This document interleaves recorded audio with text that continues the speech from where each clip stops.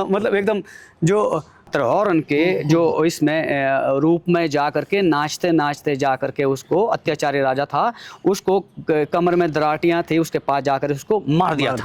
अच्छा। अपने स्तन से दूध धो लिया, लोटा ताज़ा थी वो तो बहुत वो होता है, तो उसने दूध लिया लोटा भर के, राजा को पहुंचा दिया और आ गए घर वापस।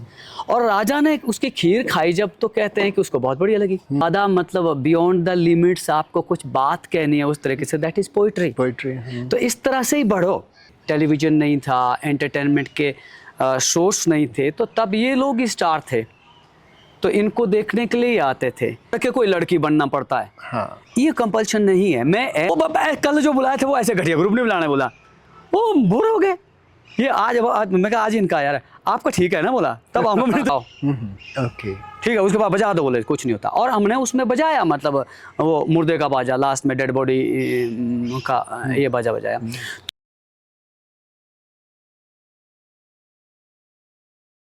द अनकॉमन पीपल अनकट में इस बार हमारे मेहमान हैं हिमाचल के सुप्रसिद्ध रंगकर्मी केहर सिंह ठाकुर।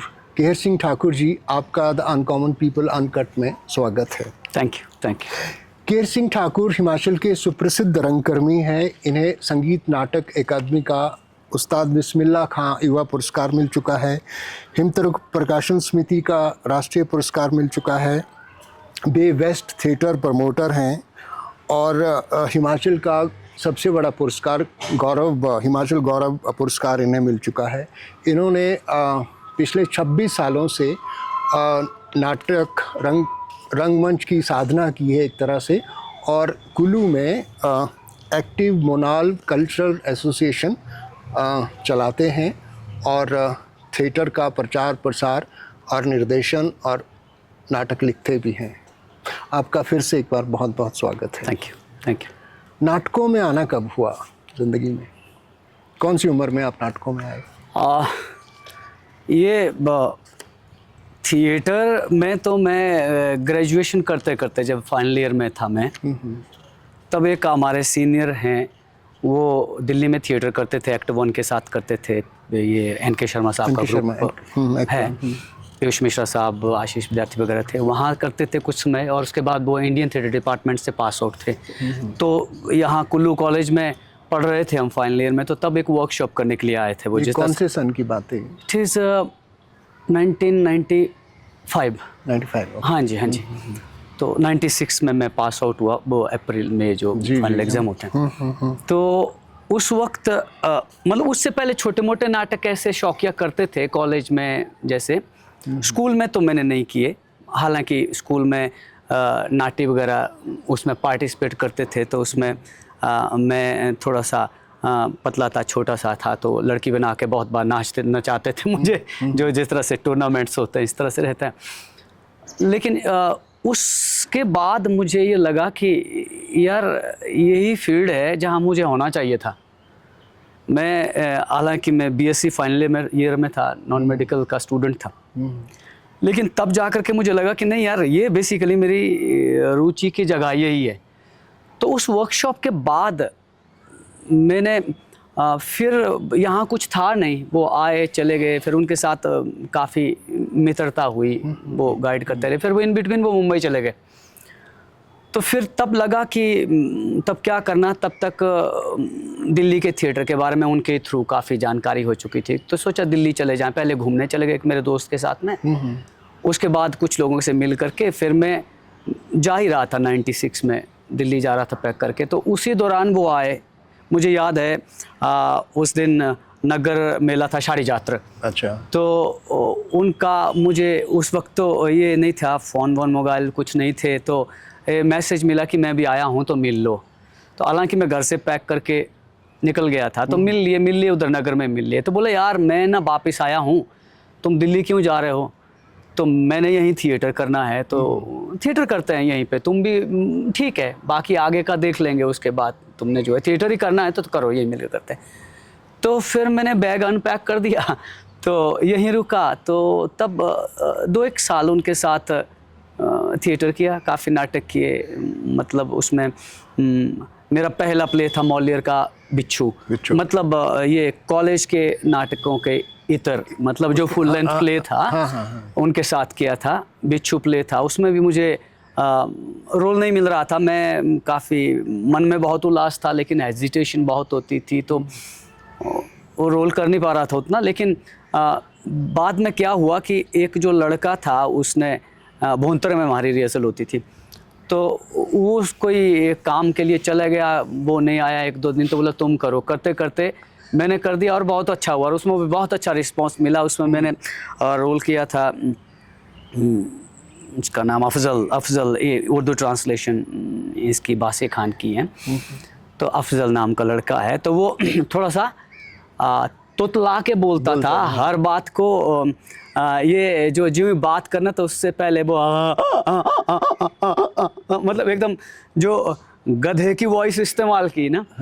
उसके बाद तो इसके शोज हमारे 3 शोज मनाली में वाइल्ड लाइफ हॉल में हुए थे, जो उधर है मनाली में। तो पहले शो में बहुत अच्छा रिस्पांस मिला, तो मुझे बहुत उत्साह मिला उससे। दूसरे तीसरे बाद फिर मतलब तब तो मतलब मेरा विंग्स से वो साउंड आता था गधे का, तो लोग पहले ही हंसना शुरू कर देते थे। तो उसने मुझे बहुत एक्सपोजर दिया। और फिर उन्हीं के साथ ये पीयूष मिश्रा साहब द्वारा लिखा हुआ नाटक एक जब शहर हमारा सोता है वो किया, और उसके भी काफ़ी शोज़ किए। और एक प्ले बहुत अच्छा हिरणा अत्तर करके हमने फोक थिएटर फॉर्म जो यहाँ किया, उसका 1 घंटे भर की परफॉर्मेंस की थी, उसके भी काफ़ी शोज़ हुए। तो ये 2-3 नाटक किए, और उस समय से ये माना जाए कि मतलब थिएटर में जो विधिवत रूप से आना जो हुआ, तब से हुआ। तो ये जो एक्टिव मोनाल कल्चरल एसोसिएशन है, जिसका गठन कब हुआ और क्यों आपको लगा कि एक ऐसी संस्था बनानी चाहिए जो थिएटर को, फोक थिएटर को आगे बढ़ाए, या आप बिना संस्था के अकेले भी काम कर सकते थे? हाँ, हुआ ये था कि एक्चुअली इसका गठन जो है थोड़ा सा ड्रामेटिक है। ड्रामेटिक ऐसा है कि मेरे एक दोस्त थे, हम साथ ही थे, आर्टिस्ट ही हैं वो भी, अब तो नहीं है, बिजनेस करते कहीं दिल्ली वगैरह में। तो वो ये ढोलक वोलक बजाता था। तो और वो उसने बोला कि एक प्रोग्राम ऑर्गेनाइज करना मुझे। तो फिर शेरू बाबा मेरे बहुत अच्छे दोस्त, कॉलेज में से साथ ही थे हम भी, वो भी साथ में थिएटर करते थे तब। तो फिर ये उस बंदे ने बोला कि कुछ ये करते हैं। उस वक्त ये ठाकुरदास राठी जी जो है नए सिंगर बहुत हिट हो गए थे, उनका श्रीदेवी एक गाना होता था। तो वो बहुत हिट था। तो वो जो लड़का था वो उनके साथ में ग्रुप में ढोलक बजाता था। बोला यार मैं एक्चुअली मामला ये था कि उसने कुछ पैसे इकट्ठे करने थे, तो बोले एक प्रोग्राम करते हैं। तो प्रोग्राम करके ये इसमें शेरू बाबा को भी जोड़ दिया। शेरू बाबा का इन्फ्लुएंस था, कुछ डोनेशन इकट्ठे करने। Sheru Baba was very popular at that time, तो उसको भी जोड़ दिया उसने। तो मैंने कहा चल यार मैं एक छोटा सा नाटक कर दूंगा, तुम्हारे प्रोग्राम में कर दूंगा मैं नाटक। तो लक्ष्मी नारायण लाल का सबरंग मोह भंग नाटक है एक, तो उसको शॉर्ट करके 15-20 मिनट का ये कर दिया था। जो पांडवों वाला वर्जन है वो कर दिया था कुछ लोगों के साथ मिल करके। तो उन्होंने ये किया, तो तब वो डोनेशन लेने चले गए। तो ये हमारे इधर है, ये सुखदेव मसीह हैं, ये कृष्ण इंस्टीट्यूट वाले हैं। तो ये शेरू बाबा के हाँ जी काफ़ी अच्छे दोस्त थे। तो वो उनके पास चले गए, तो उन्होंने 1000 रुपये का चेक दे दिया उन्हें। अच्छा, ठीक है जी। अब चेक दे दिया, तो बोला यार इसको तो खाता चाहिए कैश करने के लिए, केनरा बैंक का था वो अखाड़ा में। तो शेरू बाबा का मुझे मैसेज आया कि तुम ना अखाड़े आ जाओ, किसी के थ्रू कोई भी रहता तो ये आ जाओ। तो बोला तुमको प्रेसिडेंट बना लेते। उन्होंने संस्था, उस टाइम डॉक्यूमेंट्स की ज़्यादा कुछ जरूरत नहीं थी, बोला एक एक्टिव मोनाल कल्चरल एसोसिएशन संस्था बना दी, और मुझे प्रेसिडेंट करके वहाँ बोला अपना ये जो है ये जो है आधार कार्ड उस टाइम था नहीं, कुछ आइडेंटिटी का जो कुछ था वो ले करके वो उसका रजिस्ट्रेशन कर दिया। वो जो ऑर्गेनाइज करने वाला ये सेक्रेटरी बन गया, नहीं वो ट्रेजरर बन गया, शेरू बाबा के समथिंग सेक्रेटरी, और मुझे उन्होंने प्रेसिडेंट बना दिया। मैं कहा चलो यार तुम लोगों का कैश होना चाहिए, ये पैसा ये करके तो हो गया। लेकिन समय के साथ तब जिनके साथ थिएटर कर रहे थे हम, जो ये है मयूर ठाकुर साहब, टहल सिंह जी उनका असल नाम है, तो उन्होंने कम कर दिया, तो छोड़ दिया था थिएटर। तो तब हमें लगा कि यार अब नाम तो हो गया इसको, तो बाकी वो तो उसका संजय नाम है उस लड़के का, वो तो चले गया। शेरू बाबा भी अपने काम में बिजी हो गए। तो मुझे लगा कि थिएटर करना चाहिए अब थोड़ा थोड़ा। तब अचानक दोबारा से पैक करने का ये नहीं मिला, तो ये फिर मैंने कहा इसको अब रजिस्टर कर देते हैं। तो देन मैंने और भी मेंबर्स जोड़ करके ये करके तब रजिस्टर कर दिया उसको। तो उसके बाद मतलब ये उस हालात से मैं फिर मैं उसका पैटर्न हो ही गया, मतलब इस तरह से बना ये। और फिर शौकिया करते रहे, जुड़ते रहे। उसमें काफ़ी लोग, यही शेरू बाबा थे और भी लेखराज, बहुत लोग थे हमारे साथ में।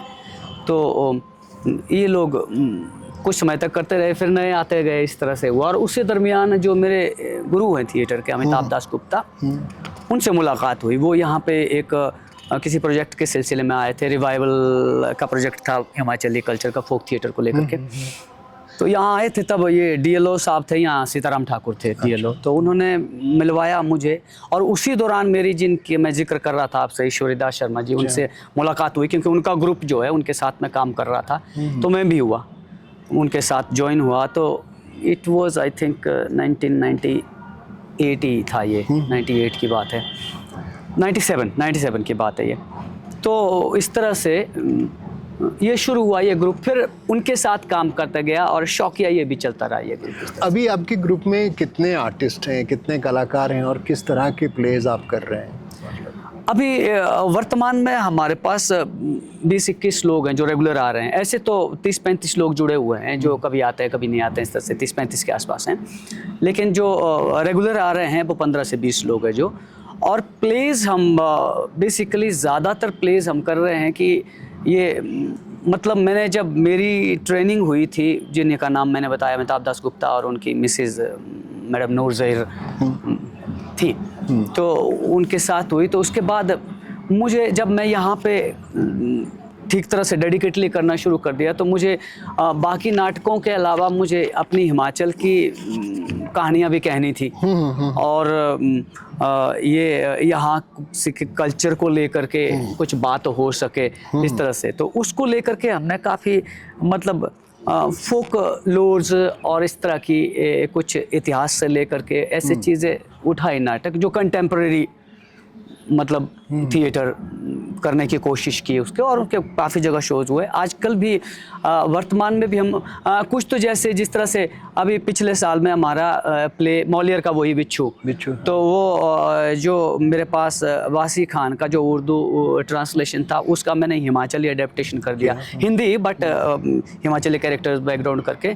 तो उसके काफ़ी शोज हुआ हमारे पंजाब में, चंडीगढ़ में, पटियाला में हुए, बठिंडा में हुआ, इस तरह से इधर हिमाचल में भी, हम लोकल में भी हमने। वो नॉर्थ जोन कल्चर सेंटर के थ्रू किया आपने? एक शो हुआ था हमारा नॉर्थ जोन कल्चर सेंटर का। बाकी तो जो फेस्टिवल्स ऑर्गेनाइज करते हैं, जैसे बठिंडा में एक ग्रुप है, उन्होंने इनवाइट किया था।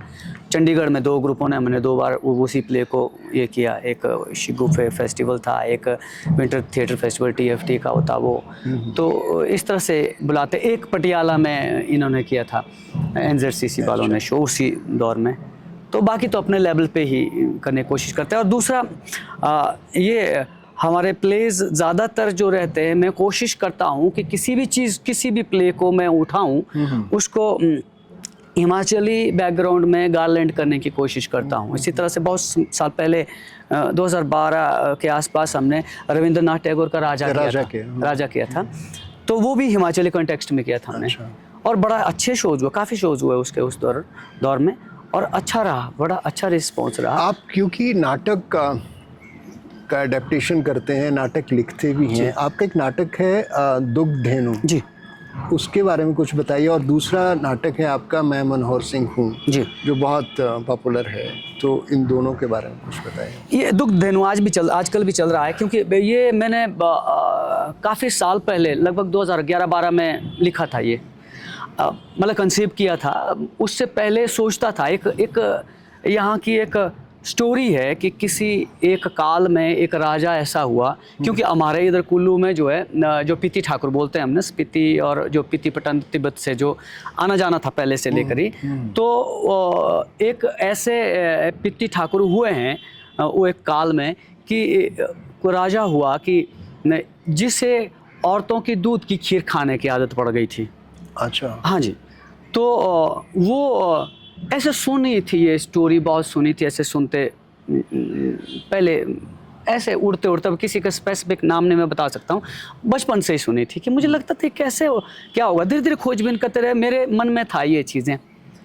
तो धीरे धीरे खोजबीन करते करते करते करते एक समय आ गया कि जब मैंने उसको पूरी तरह से कंसीव हो गया ये कि मुझे फिर कुछ वो चीज़ें लेकर के, कुछ इतिहास की चीज़ें जोड़ करके, कुछ कल्पनाशीलता को वो करके, क्राफ्ट करके इसको तैयार किया कि मतलब वो इस तरह का था। हालांकि फिर उसके बाद खोज करना शुरू कर दिया, क्योंकि यहाँ इधर नगर में जगत सुख में अलग स्टोरी है, इधर कुछ और अलग स्टोरी है, और यही स्टोरी खीर खाने वाले राजा की स्टोरी उत्तराखंड तक मिलती है। अच्छा। हाँ जी, बहुत अलग अलग वर्जन है इस तरह के। बहुत मैंने रिसर्च किया, उसके बाद मैंने बाहर करने की कोशिश की, और फिर मतलब मैं नहीं बोलता हूँ कि ये हिस्ट्री है, it is in unknown time. और उसके बाद कुछ चीज़ें उसमें ये मौखिक साहित्य है, मतलब हाँ एग्जैक्टली एक जगह से दूसरी जगह फोकलोर से के टाइप में। हाँ जी।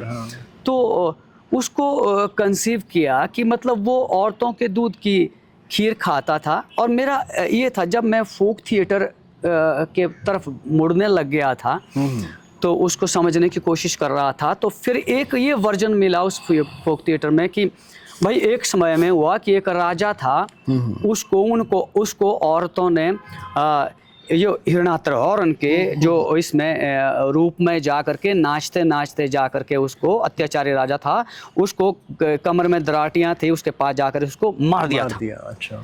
तो ये मेरे को स्ट्राइक कर गया कि वो लिंक हो गया exactly, he was the king जिसने औरतों को क्या करता था वो, कि पहले तो मतलब स्टोरी इस तरह की है इसकी कि मतलब एक मतलब राजा के लिए दूध जो ले जाया जाता था हाँ। हर घर से इकट्ठा करके। हाँ जी, हाँ, एक एक घर की बारी होती थी, एक दिन ये घर जाएगा, एक दिन वो घर जाएगा, इस तरह से जाएगा।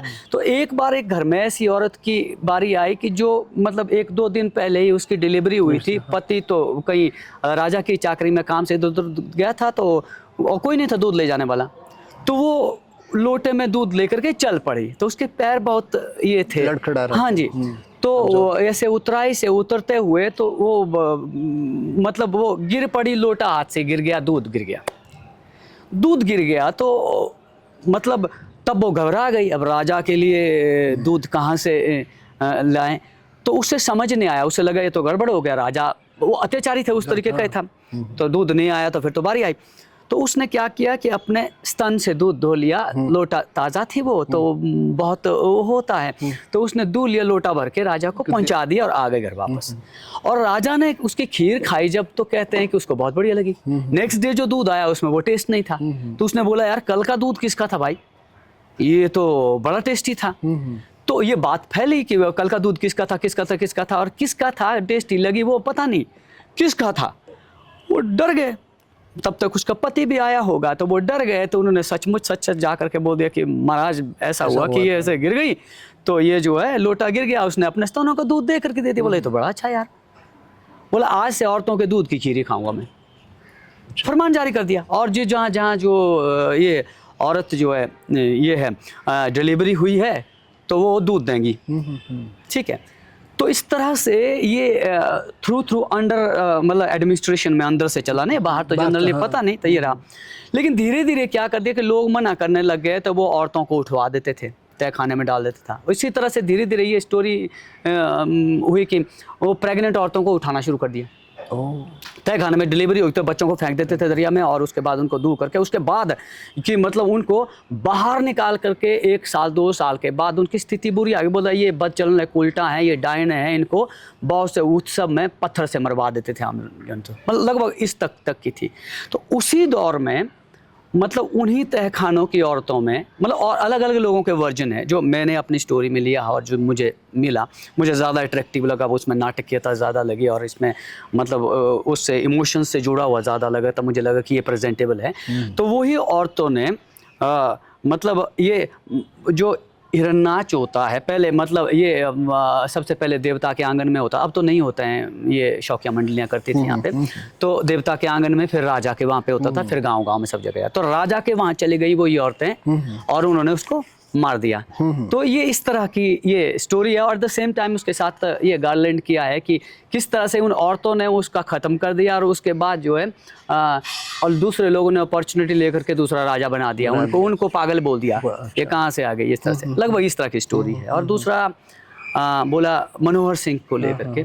ये जो आपने दुग्धेनु है जी। ये अडेप्ट करके स्थानीय भाषाओं में किया है या हिंदी में? हिंदी है। एक्चुअली मैंने बहुत बार सोचा कि मुझे स्थानीय बोली में करना चाहिए, लेकिन दिक्कत ये हुई कि मैंने देखा कि हम कुल्लू की बोली में बात करते हैं तो कुल्लू के ही लोग नहीं समझ पा रहे हैं। अच्छा। और हमें मेन मतलब स्पेक्ट्रम ये है कि हमको एटलीस्ट इंटरनेशनली नहीं तो नेशनली तो ले जानी है प्रोडक्शन। और फिर ये था कि फिर एक ये दिया जाए। और दूसरी बात ये भी, मेरा नैरेटिव आज की डेट में as theatre artist, as theatre practitioner ये है कि हमारी हिमाचल की बोलचाल की भाषा हिंदी है। हिंदी, हाँ। हम आपस में इवन मतलब हम ये भाई है हमारे इधर का ही, मेरा घर भी ऊपर ही है लड़ाकेलों में ही, तो ये उधर डोबी का है, तो मतलब हम आपस में हिंदी में बात कर रहे हैं और बीच में एक दो बात बोली तो बोली, अदरवाइज हम घूम के फिर हिंदी पे ही आ जाते हैं। ठीक है, तो मुझे लगा कि वो चीज़ दे करके, बाकी जो एम्बियंस दे करके, इसमें मतलब फोक सॉन्ग्स इस्तेमाल किए हुए हैं, हिंदी भी इस्तेमाल किए अकॉर्डिंग टू सिचुएशन, मतलब इस तरह से जो हमारा एक फोक स्टाइल होता प्रेजेंटेशन का, और विच इज़ मतलब ये आज के मॉडर्न थिएटर में ब्रेक स्टाइल माना जाता है, जो ज़्यादा जाना, अदरवाइज हमारा फोक स्टाइल वैसा ये फोक थिएटर फॉर्म स्टाइल जो है। तो इसमें हिंदी यूज़ करके बाकी फोक म्यूज़िक ये सब चीज़ें, कुछ और एम्बियंस, कॉस्ट्यूम्स वगैरह ये सब दे करके, मतलब वो typically it is the reflection of Himachali theatre नज़र आता है। तो मतलब जब मुझे ये बिस्मिल्लाह खान युवा पुरस्कार मिला था तो तब उधर था अवार्ड सेरेमनी अगरतला में थे, त्रिपुरा में, तो तब ये प्रोडक्शन में ले गया था। तो मुझे डर था कि वहाँ तो हिंदी भी नहीं जानते हैं, तो बट जब हमने ये शो किया तो अच्छा ही रिस्पांस रहा, और ज़्यादा मुझे मतलब उत्साह करने वाला लगा कि मुझे काफ़ी लोग मिले, hey you are the director of that play, yesterday we saw, मैंने कहा which play, Dugdhenu, and everybody is struggling in that. तो मुझे ये लगा कि नहीं यार, मुझे ये था, ये बाउंड्रीज ब्रेक हो गई, मतलब दे गॉट दैट। और इवन यही प्ले मैंने कुछ गांव में हमारा जो कॉन्सेप्ट है आंगन गांव रंगमंच का, तो ये पतलीकुल में था एक शो, ये टिबेटन स्कूल के सभागार में, तो वहाँ पे कुछ रशियन ऑडियंस थे, कुछ यूक्रेनियन थे, और दे कंसीव्ड इट वेरी वेल। और बाद में मतलब जब मैंने खुद देखा कि जब मतलब स्टोरी इस तरह से चल रही है, जब राजा को औरतें मारती हैं, दे गॉट थ्रिल्ड।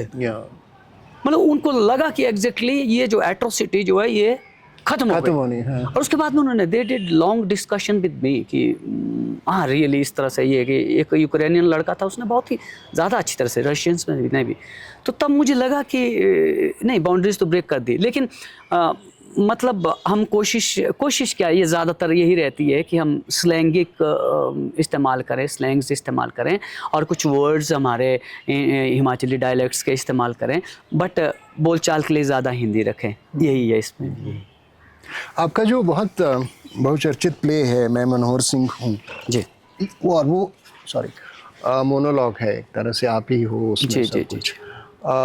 वो आपने मनोहर सिंह हिमाचल के शायद सबसे बड़े थिएटर आर्टिस्ट रहे हैं। आपको क्यों लगा कि उनके जीवन पे आपको ये मोनोलॉग करना है? आपका कोई व्यक्तिगत उनके साथ अनुभव थे, या आपके वो प्रेरणा स्रोत रहे हैं, या आप इतने ज़्यादा प्रभावित से उनसे, या आपका ये ट्रिब्यूट है उनके लिए? प्रेरणा स्रोत तो रहे ही हैं, ये तो इसमें तो कोई दो राय नहीं है। हम हिमाचलियों के लिए प्रेरणा है ही है वो, और मुझे भी है। और दुर्भाग्य से मैं कभी पर्सनली मिल नहीं पाया उनसे।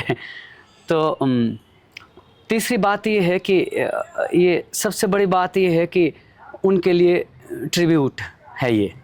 मुझे लगा कि मैं क्या कर सकता हूँ, और सबसे मूल बात ये थी कि एक जब मैं यहाँ पे इस जगह पर कर रहा हूँ, it is in very corner of our country, और यहाँ पे यहाँ के थिएटर की गूंज मतलब बहुत ऊंची पहुंचती नहीं है, बहुत बेहतरीन थिएटर भी करें तब भी पहुंचती नहीं है। और मुझे अब पिछले दिनों एक शो किया था तो मुझे बड़ी खुशी है कि ये सोशल मीडिया की बदौलत जो है गूंज पहुंचती है। तो मुझे ये इधर से अपने बहुत अच्छे थिएटर के कॉलमनिस्ट हैं गिरिजा शंकर जी भोपाल से, उनका फ़ोन आया मुझे कि यार तुमने सोचा कैसे आज की दौर में जब दूसरे तरीके के सावरकर ऐसे नाटक हो रहे हैं तो तुमने ये मनोहर सिंह का सोचा कैसे, ये कि एक डायरेक्टर को लेकर के, एक एक्टर को लेकर के इस तरह से क्यों सोचा। तो मुझे बहुत अच्छा लगा कि मतलब एटलीस्ट आज मीडिया की वजह से मतलब कहीं ना कहीं जो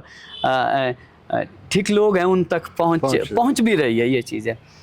तो मैंने कहा आज क्या नहीं है ये, तो मैंने 2019 में किया था शुरू प्ले।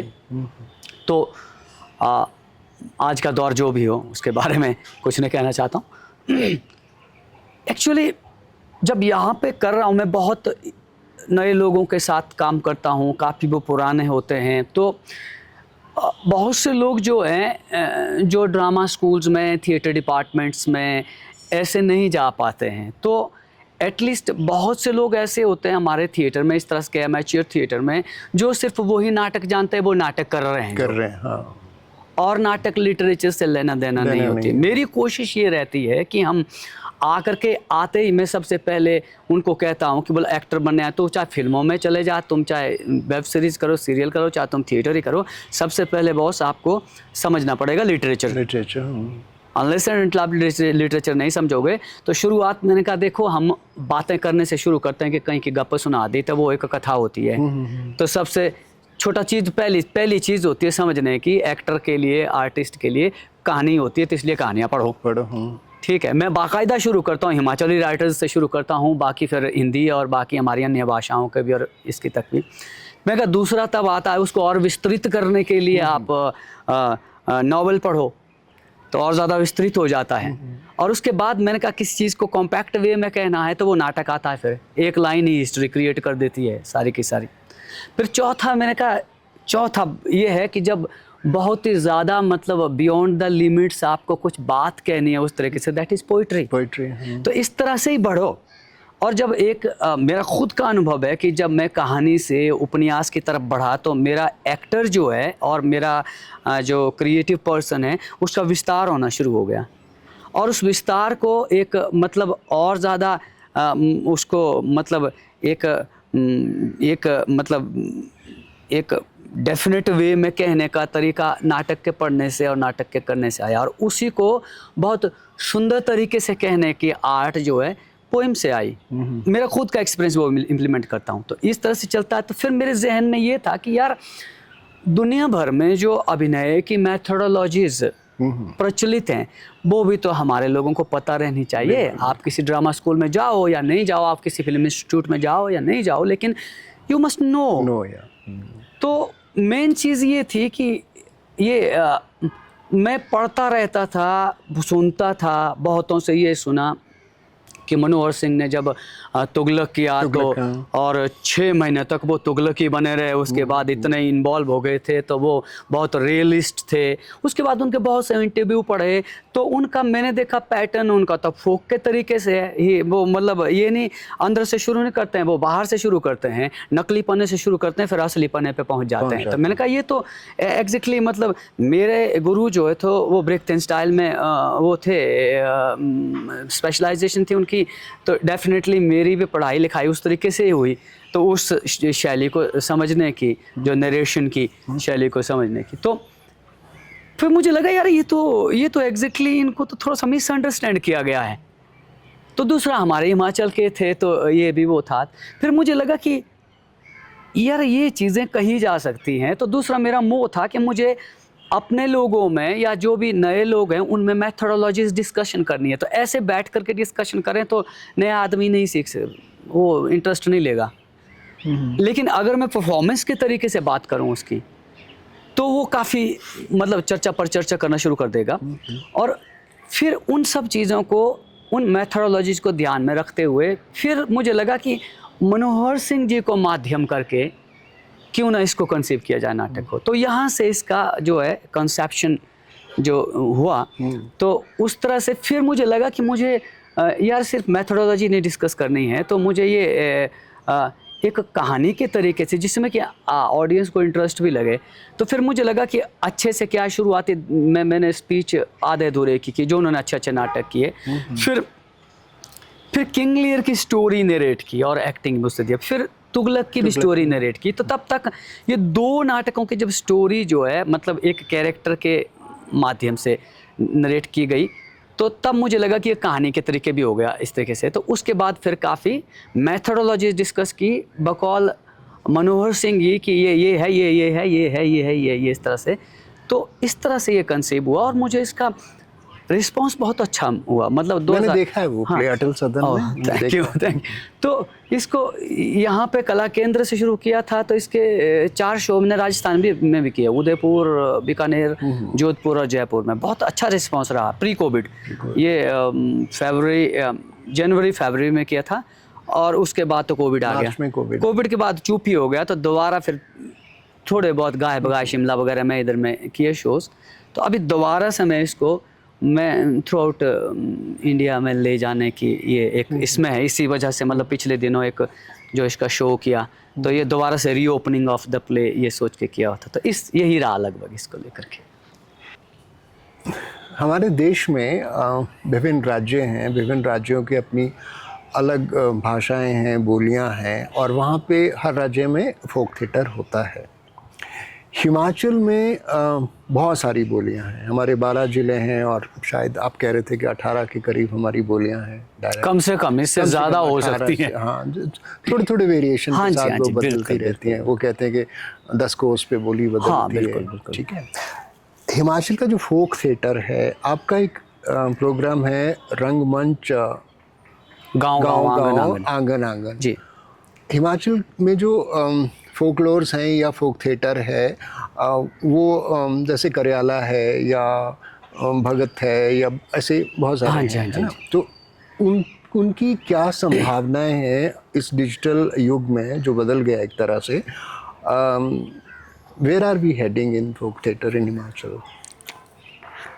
उनकी बहुत संभावनाएं हैं, क्योंकि आज के सोशल मीडिया के दौर में, क्योंकि यहाँ पे मनोरंजन उकता देने वाला बहुत ज़्यादा है, जो शोर है मतलब। हाँ, शोर है, बहुत ज़्यादा शोर है और हमें पता नहीं चल रहा है कि क्या देखना। और हम फ़ोन उठाते हैं, 2 घंटे स्क्रॉल करते जाते हैं और हमें समझ नहीं आता कि कौन सा हमको चूज़ करना। बहुत सा ऐसा है। तो इस समय में अगर मतलब अब हमें अपने आप को टुवर्ड्स द रूट्स लाना है, मतलब जीवन यापन के तरीके से नहीं मैं बोल रहा हूँ, कि हर एक आदमी की खोज होती है और ये जो जुड़ी हुई है सिर्फ मिट्टी से जुड़ी नहीं हुई है, मिट्टी से हमारा जीवन जुड़ा होता है। हर आदमी एक कोने में लेजर चाहता है, एक आराम जो चाहता है, तो वहाँ तक ले जाने की ये चीज़ें हैं। और इसे आज के दौर में, क्योंकि एक समय में मतलब हमारा ब्रॉडवे स्टाइल थिएटर यही था। यही तो ब्रॉडवे। हाँ, यही ब्रॉडवे था, क्योंकि तब जो भी एक्टिंग करते थे इनमें, जिस तरह से भगत हुआ, ये करियाला हुआ, बांठड़ा हुआ, हॉर्न हुआ, और हमारा कुल्लू का हॉर्न है, और हरणातर चंबा का हुआ, और इन्फो इधर इसका किन्नौर का है, और ये एक ही है असल में, हिरणातरी माना जाए इसको। मैं तो अपने रिफाइंड वे में इनको हिरणातरी बोलता हूँ, क्योंकि इसमें हिरन का ही नाच है और थोड़ा थोड़ा अलग चीज़ें होती हैं। तो एक समय में जब फिल्में नहीं थी, टेलीविज़न नहीं था, एंटरटेनमेंट के सोर्स नहीं थे, तो तब ये लोग स्टार थे, तो इनको देखने के लिए ही आते थे। लेकिन इसके मूल में जो है तब तो एंटरटेनमेंट था, और साथ के साथ ये है कि जैसे हमारे कुल्लू की हॉर्न है, इसको तो मतलब हम मेरे बचपन में देखिए, अब तो नहीं होती है, बहुत कम है, विभागीय आयोजन होते तो थोड़ा बहुत होता है। अदरवाइज़ जो उसमें वो फील नहीं आता है वो एक परफॉर्मेंस देख रहे हैं आप। लेकिन जो बचपन से मुझे याद है कि वो फील था कि मतलब ये जो और जो है गांव और ये हमारा जो कॉन्सेप्ट है उसी से लिया हुआ है, उधार लिया हुआ, कि गांव आंगन औरन जो है हर आंगन में होती थी। मतलब एक टोली होगी तो वो एक रात में 2-3 गांव कवर करते थे। 15 से 20 मिनट का, 10-15 मिनट का उनकी परफॉर्मेंस होता था। तो हर आंगन में जाते थे वो, और हर आंगन में मज़े की बात है कि रात के 3 बजे भी आए तो घर की स्त्री बाकायदा बढ़िया पट्टू पहन करके धूप फूल लेकर के आती थी, उसको पूजन करती थी। और मतलब इस तरह से डिवाइन फील किया जाता था इसको, कि मतलब हमारे आंगन में देवता आ गया, देवता रूप में। तो फीलिंग वो थी। और इसमें बाकायदा चीज़ें जो डांसेस, गाने, जो बाजे जिस तरीके के बजते हैं, तो वो ध्वनियाँ जो टच करती हैं, है ना। और इसी तरह से आप करियाला में ले लीजिए।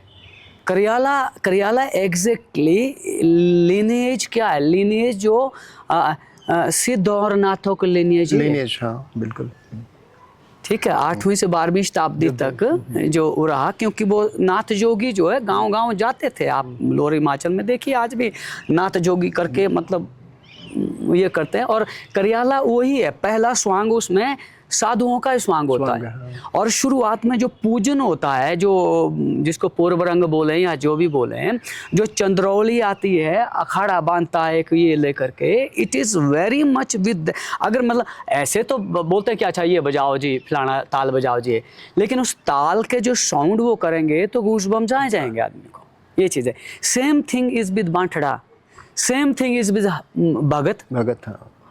मतलब अब करियाला और भगत जो हैं ये तो मनौती के भी, मन्नत पे भी करवाते हैं, तो ठीक है। जबकि बांठड़ा और ये हॉर्न वगैरह का इस तरह का नहीं है, लेकिन वेरी मच कनेक्टेड टू, मतलब जिन भी, मतलब हमारे यहाँ पे हिमाचल में फोक थिएटर फॉर्म्स बहुत है। फोक थिएटर फॉर्म्स आप ये देवता की देव खेल कोई बोल सकते हैं, जिसको हम राक्स खेल बोलते हैं। दियाली वगैरह, नगेड़ वगैरह जो होती है, सदियाड़ा वगैरह जो बोलते हैं, वो राक्स खेल, वो खेल ही है असल में, ठीक है। बट समथिंग स्पिरिचुअलिस्टिक उसमें एंटर होता है। लेकिन उनमें जो है, इनमें बहुत से मतलब जो देवानुष्ठानों से उत्पन्न हुए हैं, लोग धार्मिक अनुष्ठानों से उत्पन्न हुए हैं, तो उनमें स्क्रिप्ट एज इट इज़ रहती है, वो बदलती नहीं है। उसके जो है डेफिनेट एक्टर वही होते हैं। अगर देव खेल में है तो गुरी खेलेगा, ठीक है। अच्छा। है ना।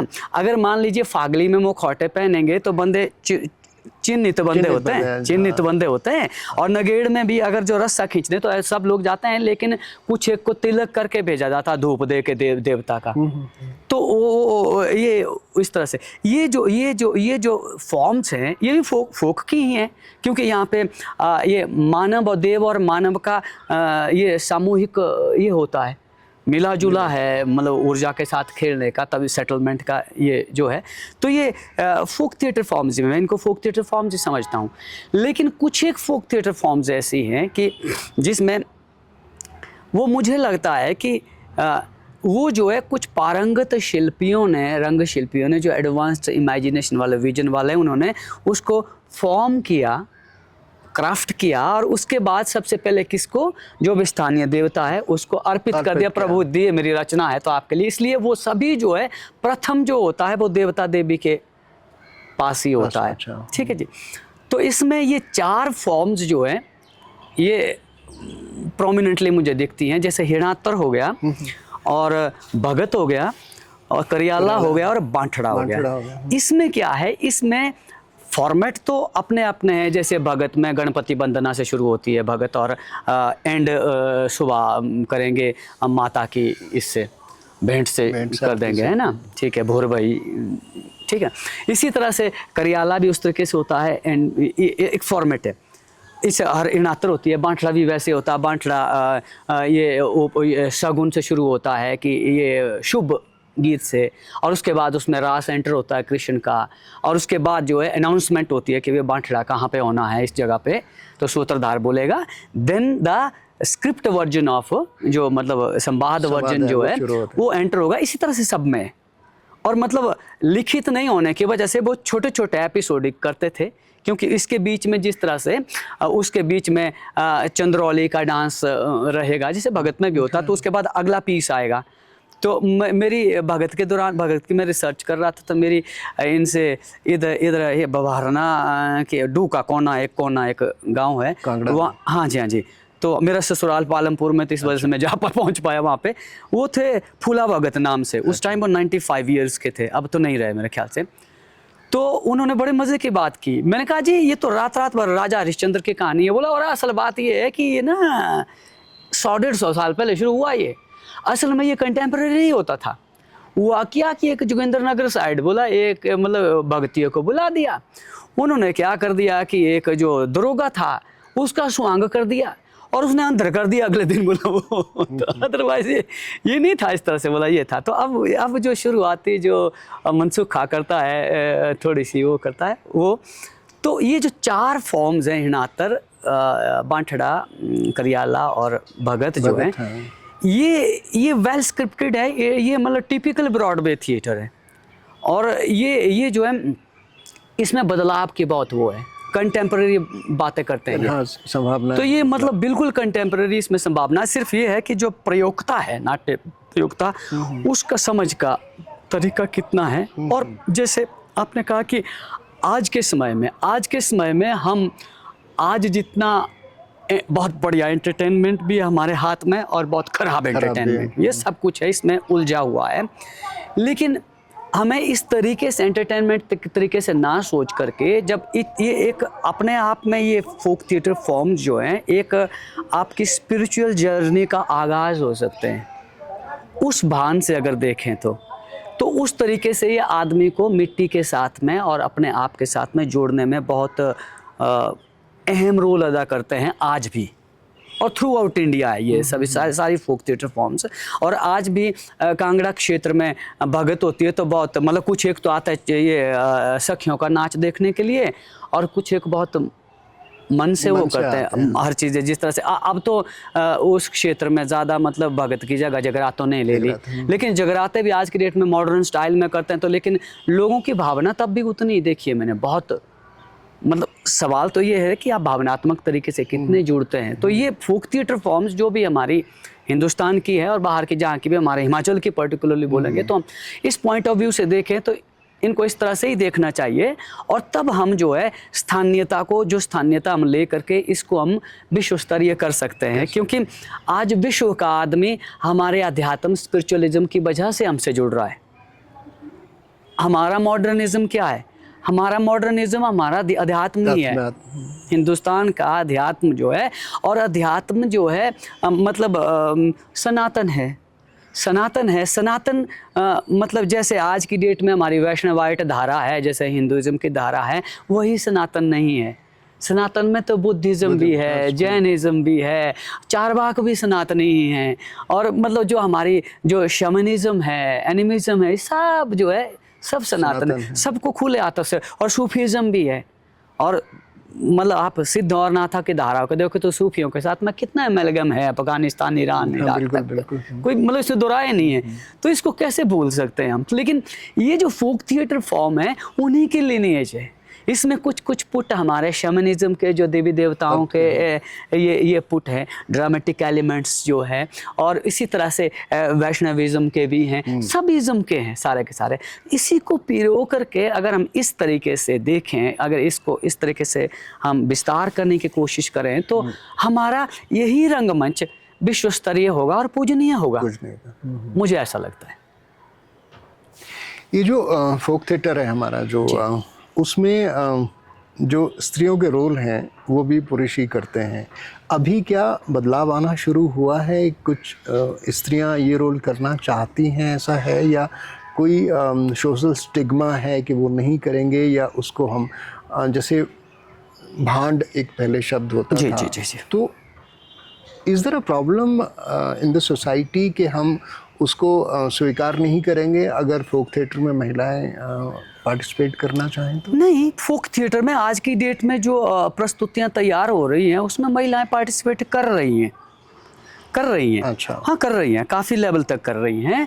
और एक्चुअली क्या है कि हमारे कुछ बुद्धिजीवियों ने बनाया कि नहीं जी मर्द को स्त्री बनना पड़ता है। आप देख मैं लीजिए, यही कहना चाहता था कि वाई ऐसा नहीं है।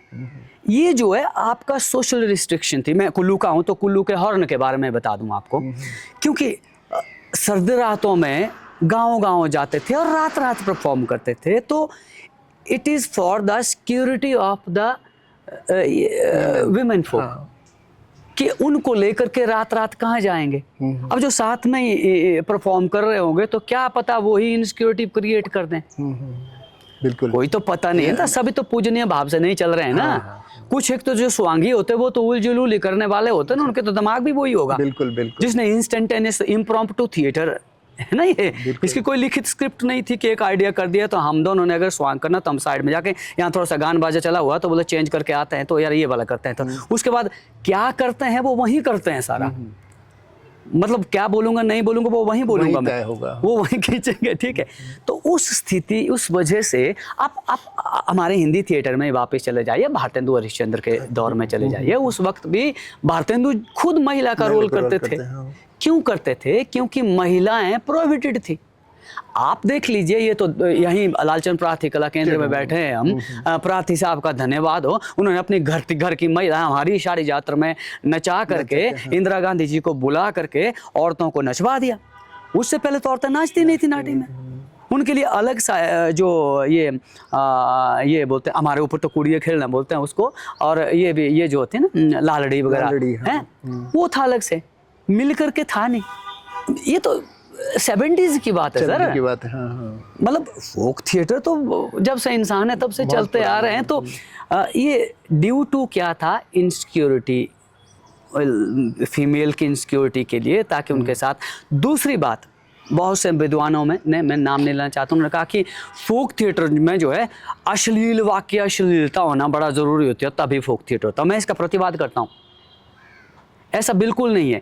ये फोक थिएटर में जैसे मान के चलिए भगत में सखियां डांस करती हैं तो वो लड़के ही बने होते हैं 2-3, अभी उन्होंने जो है मतलब उनका रूप धरा होता है। अब लड़की बन के नाचेगा तो वो उलझुल ज़्यादा हरकतें करेगा ऊपर। हाँ। तो बहुत से मंचलों को वो बहुत अच्छा लगता है, और जो मंचला प्रोग्राम होता है वो ज़्यादा हिट होता है।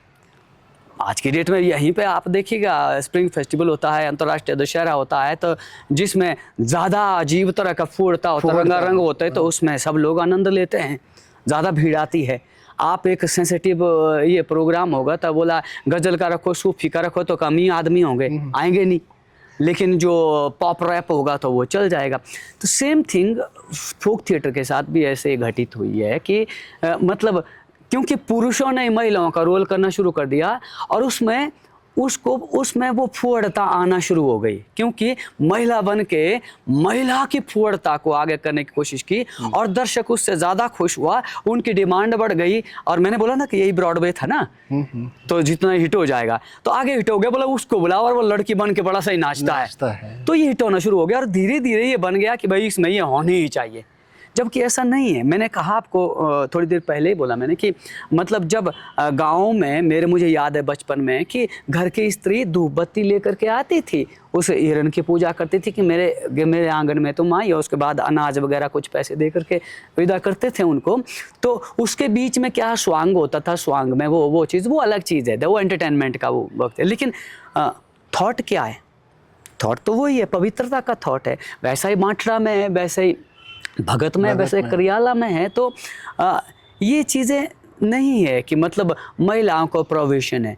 महिलाएं इसलिए नहीं थे, आज की डेट में ओपन हो गया। मुझे लगता है कि बहुत अच्छे तरीके से जहाँ महिला होनी चाहिए वो महिला ही होगी, महिला होनी चाहिए, और होना शुरू हो गई। मैं मंच प्रस्तुति में काफ़ी जगह देखते, हमने काफ़ी बार ये किया। एक बार जो हमने ये ऋणात्तर किया था तो हमने तो लड़कियाँ इस्तेमाल नहीं, मेरा कहने का ये भी वो था कि इक्वल अपॉर्चुनिटीज़ भी होना चाहिए, जेंडर इक्वलिटी भी होनी चाहिए।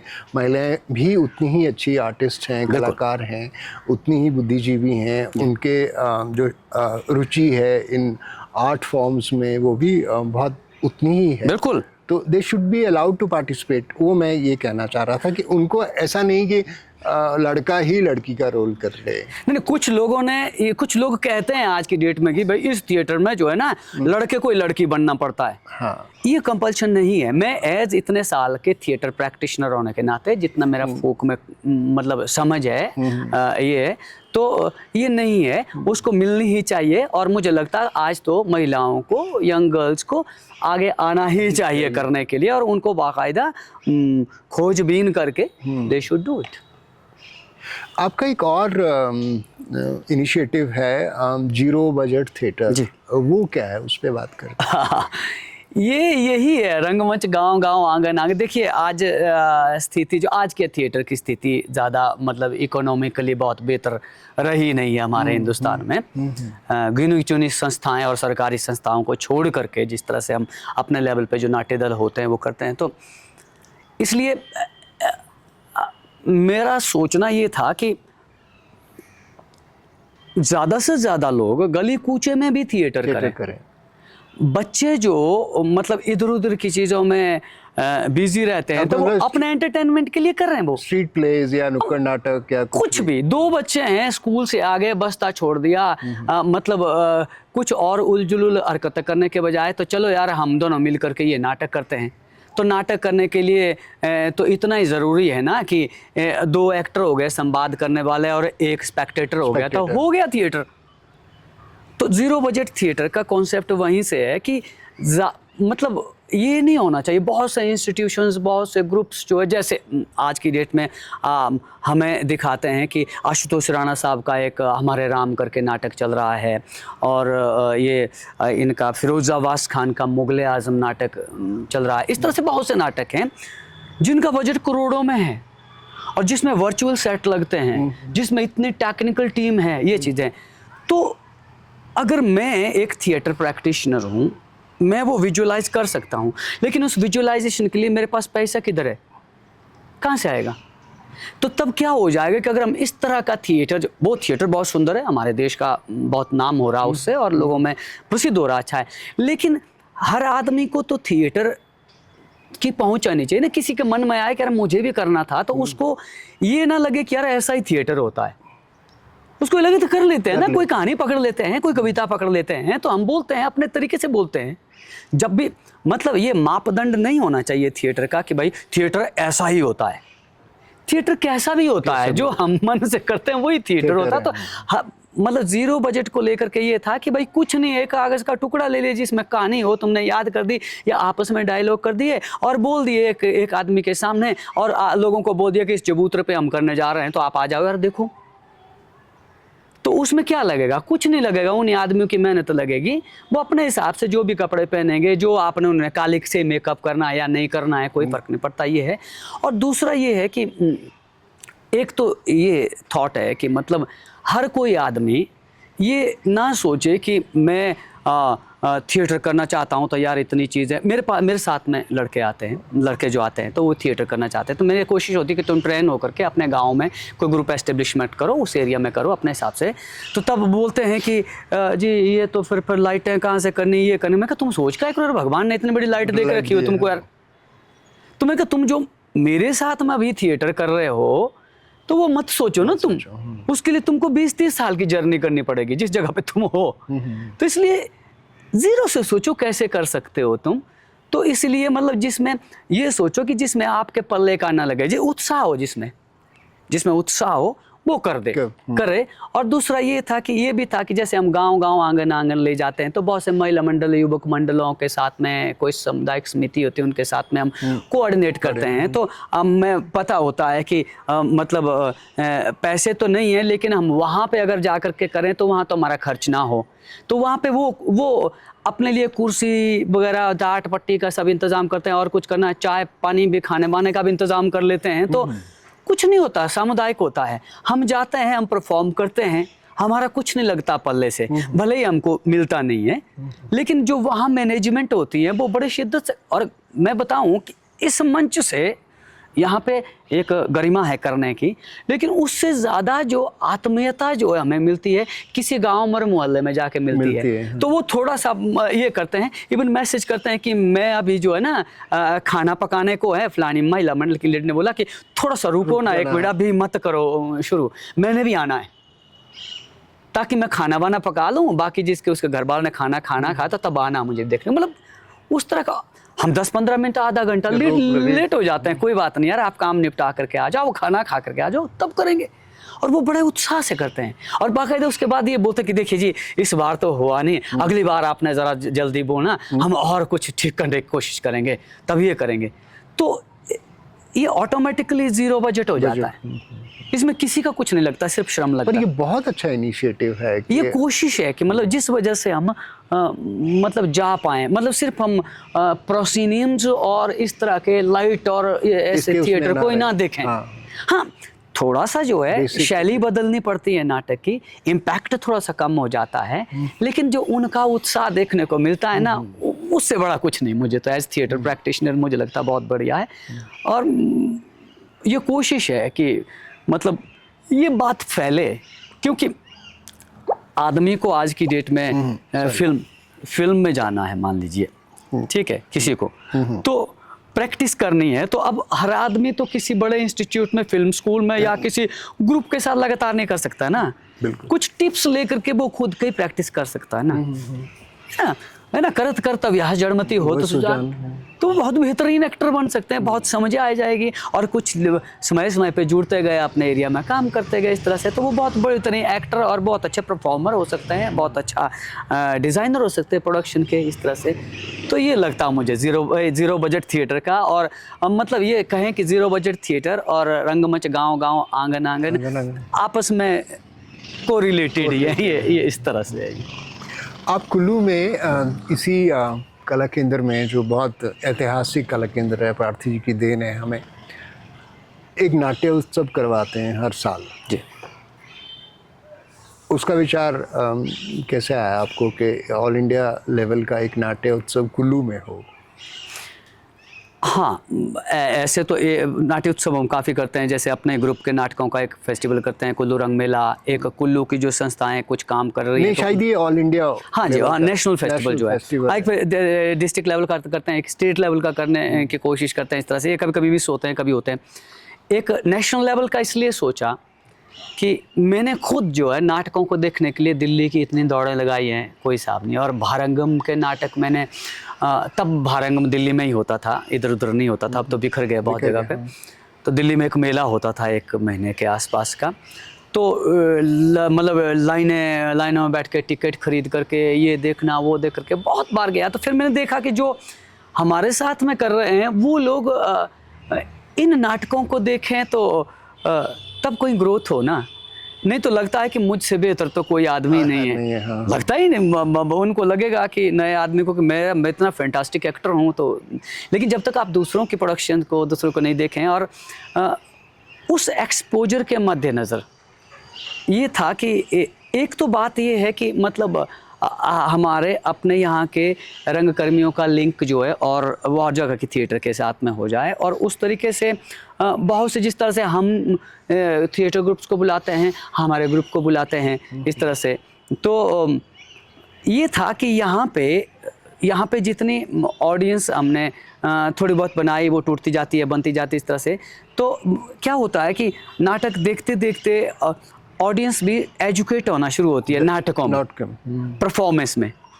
तो ये एक मेरे जूनियर मित्र हैं मेरे, तो एक बार हमारा फेस्टिवल था, तो उनकी इधर लोढ़ालपुर में कपड़े की दुकान है, वो भी थिएटर करते थे। तो एक दिन दिल्ली का ग्रुप था, ये ड्रामा स्कूल के प्रोफेसर हैं वो, उनका ग्रुप था। अगले दिन तो उनके ये पिछले दिन किसी और ग्रुप का शो था, तो उनके सेट के लिए कुछ कपड़ा ख़रीदने चले गए इधर लोढ़ालपुर में। तो वो कपड़ा बोलने के बजाय वो कल जो बुलाए थे वो ऐसे घटिया ग्रुप नहीं बुलाने बोला, वो बोर हो गए। ये आज मैं कहा आज इनका यार आपका ठीक है ना, बोला तब हम लोग तो नहीं हम लोग मैंने कहा ऐसा मत बोल सामने मुंह पे। तो बोला मैं क्या कपड़ा खरीदा है, वो बाद में बात करेंगे, पहले ये मतलब ऑडियंस का टेस्ट जो है इस तरह से उठना शुरू हो जाता है और वो मतलब क्रिटिकली देखना शुरू कर देते हैं। बोला ये नहीं ऑडियंस ये नहीं, और देख लेना, बोला देखना आज के नाटक में ना कल के नाटक की वजह से कम लोग आएंगे।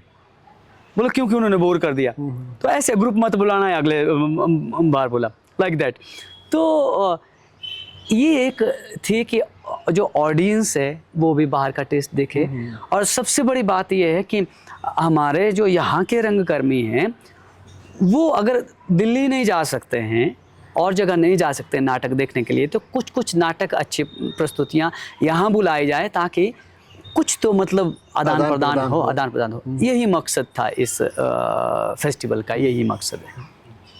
हिमाचल में बहुत सारे ग्रुप्स हैं जो प्लेस कर रहे हैं, उनमें आपस में समन्वय है ऐसा कुछ, या कोई ऐसी प्रतिस्पर्धा की दौड़ है जिसमें एक दूसरे को से ईर्ष्या या नीचा दिखाना, या तुम्हारा प्ले मेरे प्ले से कम अच्छा है, या तुम अच्छे एक्टर नहीं हो, आपस में कुछ ऐसा है?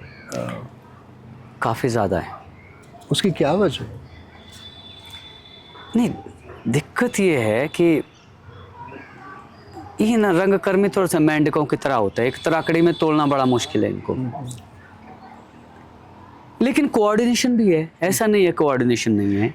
लेकिन ये आज जो स्थिति मैं बोलूँगा थिएटर की, हमारे जो कंटेम्प्रेरी थिएटर की हिमाचल में जो स्थिति है वो ना, हम लोग इस पे काम नहीं कर रहे हैं। ये नहीं देख रहे हैं कि कौन प्रोडक्शन अच्छी हुई, ये देख रहे हैं कि मैं क्या कर रहा हूँ। बस यही चल रहा है, यही चीज़ चल रही है। और इसमें हमारे रंगकर्मी दूसरे को अप्रिशिएट करके राज़ी नहीं है। मैं यही जानना चाह रहा था, हो सकता है ये उनके एक्सपोज़र की कमी हो, या उनके आउटलुक की कमी हो, या उनको उनकी अना या ईगो इतनी हो कि वो उन्हें अलाउ ही ना करे कि मैं फलां आदमी की तारीफ़ करूँ। नहीं, ऐसा नहीं है। अच्छा। तारीफ़ भी करते हैं। अच्छा। और बहुत जगह प्रतिवाद भी होते ही हैं। और उसके पीछे का जो गणित है, बहुत सी परिस्थितियाँ हैं। थिएटर ग्रुप्स आज की डेट में एक मतलब जितने हम नोबल तरीके से डिस्कशन कर रहे हैं ना, उस तरीके से चल नहीं रहे हैं, उस नोबल तरीके से। मतलब सिर्फ ये है कि मैं हूँ और वो और नहीं होना चाहिए, और हम ही हम हों, ये रीज़न है। और इस चीज़ को इसको मिटाना बहुत कठिन है। और जो करते करते ऊपर चढ़ गया तो फिर उसको सलाम है, उसको वही लोग नहीं, जैसे मेरे कंटेम्प्रेरी हैं, मेरे कंटेम्प्रेरी बहुत ही मतलब कंजूसी से अप्रिशिएट करेंगे मेरे काम को, बहुत ही कंजूसी से अप्रिशिएट करेंगे। लेकिन जो उससे अगली जो खेप है वो ठीक से अप्रिशिएट करते हैं, अच्छे तरीके से, क्योंकि उन्होंने वो फॉलो करना शुरू करते हैं। और हमें पता भी नहीं चलता है कि कौन हमारे काम को फॉलो कर रहा है, कौन हमारे तरीके को समझने की कोशिश कर रहा है। ये चीज़ें हैं। तो ये हिमाचल में ही नहीं है, ये हिंदुस्तान भर में, हिंदुस्तान भर में है, सब जगह। और ज्यों ज्यों आदमी मतलब एक ज़िला स्तर से राज्य स्तर पे उठता है, राज्य स्तर से जोनल लेवल पे, जोनल लेवल से आप ये राष्ट्रीय स्तर पे उठ रहे हैं, तो यही चीज़ें हैं, ये चीज़ें। और ये वजह है कि हम लोग मिल कर के सरकार को नॉक नहीं कर पा रहे हैं कि सरकार ऐसा करो, इसलिए सरकार वैसा ही करती है जैसे सरकार ने करना है।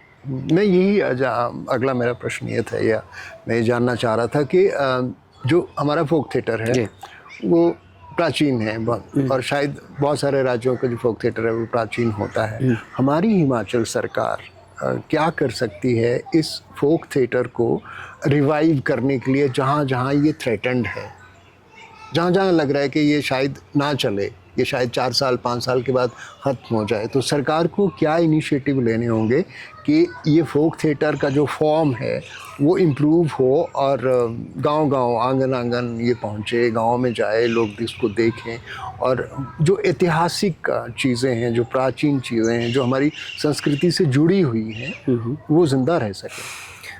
सरकार कर सकती है। और पिछले सालों में हमारे भाषा विभाग के बहुत से डायरेक्टर्स के साथ मेरी लगातार चर्चा होती रही है, और लिखित प्रपोजल तक मैंने ही नहीं, हम सब ने, हिमाचल के रंगकर्मियों ने मिलकर के बहुत से प्रपोजल दिए हैं कि आप ऐसा करिए सबसे बड़ी दिक्कत क्या है कि आज की डेट में हमारे लोग जो भी बुद्धिजीवी वर्ग है और मतलब जो विभागों में जो लोग हैं ये नहीं समझ रहे हैं। मैं तो बार बार बहस करता हूँ इस बात के कि भाई जब तक आप हमें नहीं बचाएंगे तो तब तक नहीं फोक थिएटर बचेगा।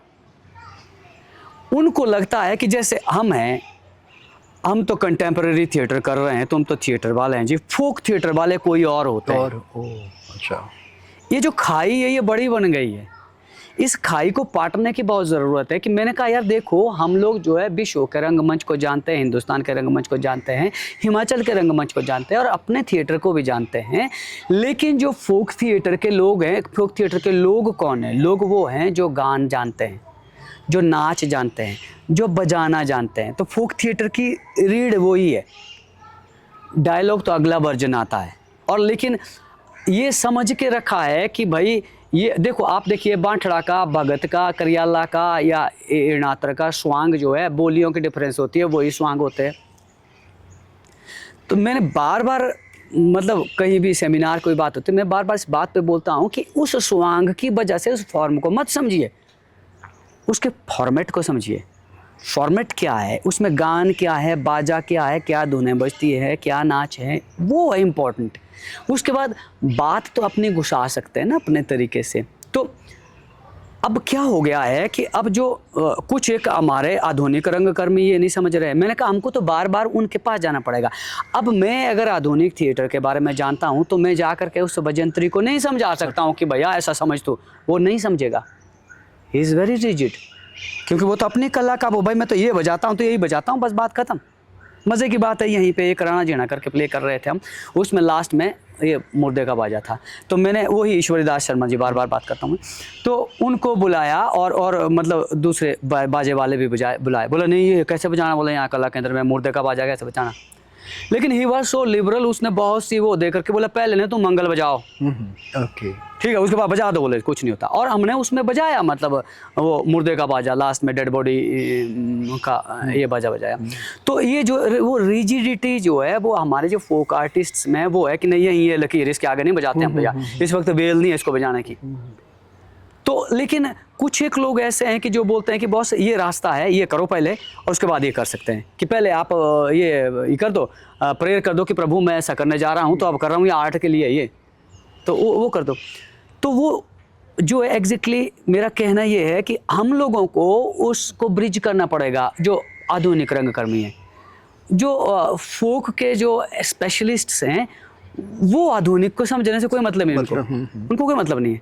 हमको ही बार बार जाना पड़ेगा नम्र होकर, नतमस्तक होकर के। तो मैं बार बार विभाग से भी, सरकार से ये गुजारिश करता हूँ कि मैंने कहा यार हमें मौका दीजिए ना, इस तरह के एक आपस में कल्चरल एक्सचेंज के वर्कशॉप्स कीजिए जिसमें कंटेम्पररी थिएटर भी हो और फोक थिएटर भी हो। आप देखिए, चाहे आप इनके के एन पणिकर जी को देख लीजिए, आप अभिव तनवीर जी को देख लीजिए, आप रतन ध्यान साहब को देख लीजिए, ठीक है।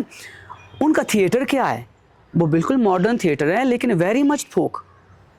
हर चीज़ें वो मतलब फोक की इस्तेमाल करते हैं, रिदम्स, ये सब चीज़ें, हर चीज़ें। मतलब आप मतलब मणिपुर ऑर्चर्ड्स करके एक प्ले है उनका, तो उसमें बाकायदा उन्होंने रतन थ्याम ने मतलब हाँ वो बड़ी खूबसूरत चीज़ें इस्तेमाल की, वो प्रॉपरली मतलब वो मंगल और उन सब के साथ में ये चीज़ें, और भी बहुत से नाटक है मतलब ये। तो मैंने कहा हमको समझना पड़ेगा कि यार हम लोगों को एक पॉसिबिलिटी दे दीजिए ना आप इनके साथ काम करने की।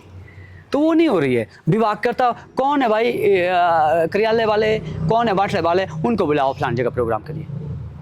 मैंने कहा जब तक हमें आप वो नहीं करोगे, हमें जिंदा नहीं रखोगे समकालीन रंगकर्मी को, आप फोक को नहीं बचा सकते हो। आप बोलोगे वो कुछ बजाने वाले हैं उनको रखूंगा, उनको कोई मतलब, बोले कितने पैसे मिल रहे हैं यार, ठीक है, खाने पीने का भी है कि नहीं, ठीक है, वो घूमने जाना ठीक है, चलो कहाँ 26 जनवरी है वहाँ जनाब आप जाके आ करके, उनको मतलब वो जानते हैं वो बजाना, लेकिन उसकी अब उसको जो है थियोरेटिकली वो करना बहुत ये है, ये बहुत इम्पोर्टेंट है। जैसे मेरे मित्र हैं जय ठाकुर जी, ये हैं, तो उन्होंने पिछले साल अप्लाई किया था, उनका इसमें नहीं हुआ, मिनिस्ट्री ऑफ कल्चर से फेलोशिप के लिए अभी भी भेजा उन्होंने प्रोजेक्ट, भगवान करे हो जाए। इनको लेकर के, पहर को लेकर के, जो यहाँ का पहर मतलब ये एक बेल भी बोलते हैं उसको, कि हमारा जो कुल्लू में है मतलब सुबह से शुरू करेंगे या शाम से शुरू करेंगे तो गान और बाजा और थ्रू आउट जो है 24 आवर्स जो है इस तरह के राग और ताल हैं।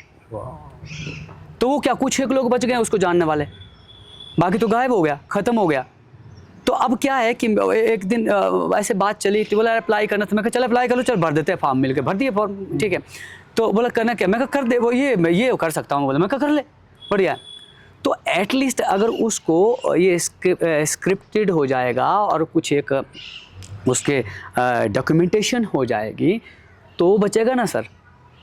आप सिर्फ उनसे बजाते गए, जो बजा रहे हैं, उसके बाद अगले सीख नहीं रहे हैं, अगले कोई नहीं सीख रहे हैं। जो बजंतरी भी सीख रहे हैं बाजे वाले, तो बोला कहाँ जी नाटी पार्टी का कहाँ शादी है वहाँ पे और कहाँ मेला है, कितने रुपये दे रहे हैं, वो सीख रहे हैं, कहाँ पार्टी ने जाना है, वो उतने सीख रहे हैं ना। और उतनी ही सीख रहे हैं जितनी हमारी 15 से 20 मिनट की नाटी है। हमारी 15-20 मिनट की नाटी नहीं है, ये तो 70s लालचंद प्रार्थी जी ने कम कर दी। अदरवाइज तो ये जो मैंने बोला कि 24 आवर्स का जो चक्कर है ना, वही है हमारी नाटी, वही नाटी है। तो उसको छोटा किया। ये तो 26 जनवरी में जा करके 70s में प्रार्थी जी ने, ये आशीष विद्यार्थी साहब हैं जो एक्टर, उनके फादर थे इसके साहित्य अकादमी के ये सेक्रेटरी। तो उन्होंने इनके साथ 26 जनवरी के दौरान में जो टालकटोरा गार्डन में होना, तो वो बोला यार ये तो ना बड़ा भाई लंबा प्रोग्राम है, इसको छोटा करो, फिर एडिट करके छोटा कर दिया। और बाद में आज की डेट में जो नाटी दिखाते हैं वो 15 से 20 मिनट की, हम इसको कल्चर बैठे हैं। तो फोक डांस ग्रुप्स क्यों नहीं, मतलब एक नाटी 2.5-3 घंटे की है, इलेबोरेट नहीं हो रही है ना। तो स्लो डांस, हाँ slow, it is the dance of meditation. Simple सी बात। जब देखो जी 24 आवर्स जो बाजे बजते हैं और इसके हिसाब से गाना होता है, तो आदमी क्या होगा, ही और she will be in 24 hours in meditation. वही है ना। अगर हम इसी चीज़ को हम विस्तृत करके हम दुनिया के सामने रखेंगे तो ये तो स्पिरिचुअल हब हो जाएगा ना सर। बिल्कुल। मतलब इसमें तो आपको पूजा पाठ अलग से फूल चढ़ाने की कोई जरूरत नहीं। It is just science of sound या, और एवरीबॉडी कैन फील साउंड या वाइब्रेशंस फील कर सकते हैं। ठीक है। तो हमारे पास इतना रिच ट्रेजर है, तो वो चीज़ें जो है, मैं थोड़ा सा भटक गया हूँ बात से।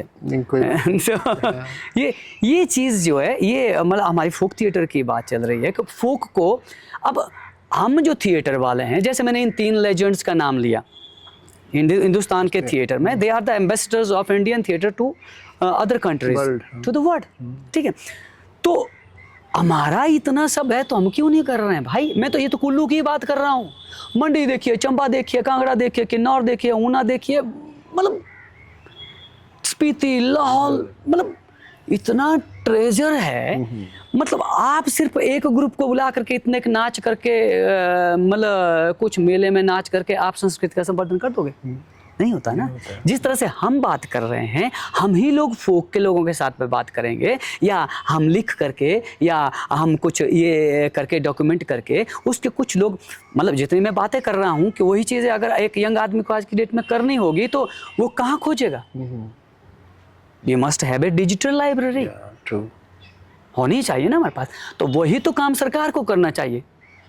तो आप 3-4 आदमियों को बुला करके पेट पार्टियां पकड़ के रखी होती हैं उन्होंने, और उनको बुलाते हैं, उनका नाच करवा करके आपने हो गया, संवर्धन हो गया। तो फोक थिएटर कैसे बचेगा सर, बताइए आप? नहीं बचेगा ना, क्योंकि इसी फोक को कंटेम्परेरी होना है। Folk is always contemporary, it is not ancient. आप बोलोगे कि आज से 200 साल पहले पहनते थे, tradition is ancient, the performance is contemporary, performance always contemporary.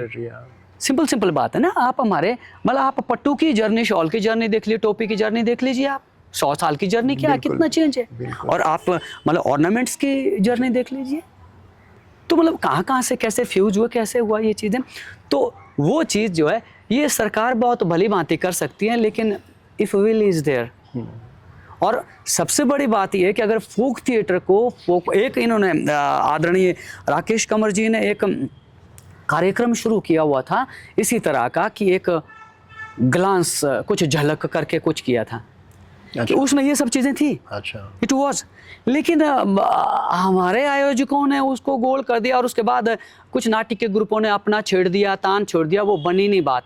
हालांकि उन्होंने मुझे भी बोला था कि तुम यार एक देख लो, एक ये करो और यहाँ पे उस टाइम पता नहीं कौन थे डीएलओ, उन्हें भी बोला था कि आप उनको बोलो कि कुछ नाटी के ग्रुपों को लेकर के एक वो करो। मैंने बोला था मैं कर दूंगा भाई, आप बोल दीजिए नाटी के ग्रुप्स को ला दीजिए, आप मतलब विभाग ऑर्गेनाइज कर दीजिए, तब हम एक रिफ्लेक्शन तैयार करते हैं, ग्लांस ऑफ ओके क्लास मतलब ये नाटी, बाजे, सॉन्ग्स और थिएटर, ये सब मिला करके इट वाज अ रिफ्लेक्शन और सो दैट मतलब ग्लिम्प्स ऑफ ग्लास एग्जैक्टली लगभग उसका नाम कुछ दिया था ना, बड़ा सुंदर नाम दिया, भूल गया मैं, लेकिन वो हो नहीं पाया मैच्योर क्योंकि नहीं हुई बात, सबकी अपने वो हैं। और एक बहुत साल पहले इसी तरह से उन्होंने बोला था दशहरा में मुझे करने के लिए कि आप तुम करो ये कि इस तरह से काफ़ी मतलब 80-100 आर्टिस्टों के साथ मिल करके सम रिफ्लेक्शन ऑफ आवर कल्चर इस तरह से। तो मैंने बोला आर्टिस्ट कहाँ से करने, कुछ स्कूल्स को कॉलेज को बोल दो आप, तो मैं कर दूंगा, कुछ 80-100 हो गए तो कर देंगे बढ़िया इस शहर में। अच्छा उन्होंने बोल दिया और स्कूल और कॉलेज में खुद के कर दिए, आपने कर दिया मैं हो गया साइड और वो हो गए, फिर समझ रहे हैं ना आप कैसे हो गए, वो वैसे ही हो गए। फिर राकेश जी का बहुत बड़ा कंट्रीब्यूशन है कुल्लू में, खासकर अटल सदन में, ये लाइब्रेरी में, और भी उन्होंने बहुत इवन कला केंद्र, ये जो इंफ्रास्ट्रक्चर देख रहे हैं उनका क्या हुआ, और वो जो Guinness book of world record में नाटी आई थी, महानाटी, उस महानाटी, हाँ जी बिल्कुल फर्स्ट, मतलब मैं सौभाग्यशाली हूँ कि पहले डिस्कशन मेरे साथ की थी उन्होंने इसके बारे में, वो नाटी के बारे में, कि मुझे बुलाया, बोले यार मैं सोच रहा हूँ कि ये जो है इस तरह से कुछ महिलाओं का ये किया जाए। मैं कहा जी बढ़िया है। बोला कम से कम यार 2,500-3,000 हज़ार महिलाएं होनी चाहिए।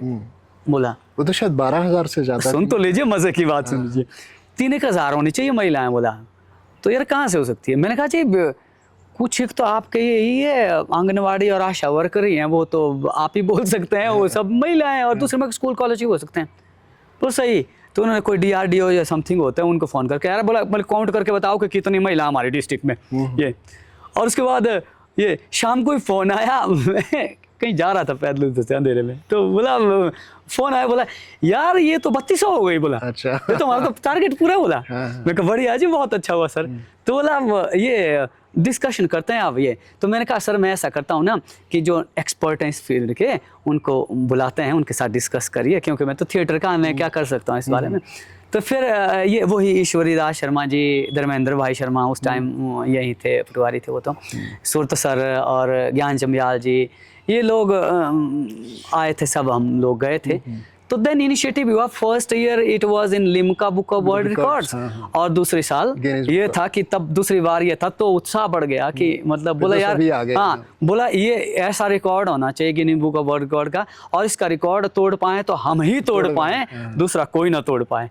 तो इट वाज वंडरफुल, बहुत अच्छा हुआ, उनका बहुत कंट्रीब्यूशन। और आप विश्वास कीजिए तब से पट्टुओं की मतलब एक हैंडलूम इंडस्ट्री जो रेवोल्यूशनाइज हुई ना, आज मिलते ना सर 25-25, 30-30 हज़ार रुपए के पट्टू हैं, बिल्कुल और तब 5-7 हज़ार रुपए मिलते थे, और उस वक्त महिलाओं को मिले नहीं पट्टू। आप सोचिए। और मतलब कुछ एक हमारे कमेटी मेंबर्स बोल रहे थे जी तो फिर आना जाना, ये बोला नहीं, ये बोला प्राइड ऑफ कुल्लू नाम देना है, बोला ऐसे देते रहे तो बड़ा मुश्किल हो जाना, किन को देंगे, कुछ नहीं, खाने पीने का कुछ करेंगे यहाँ पे और ये कर देंगे।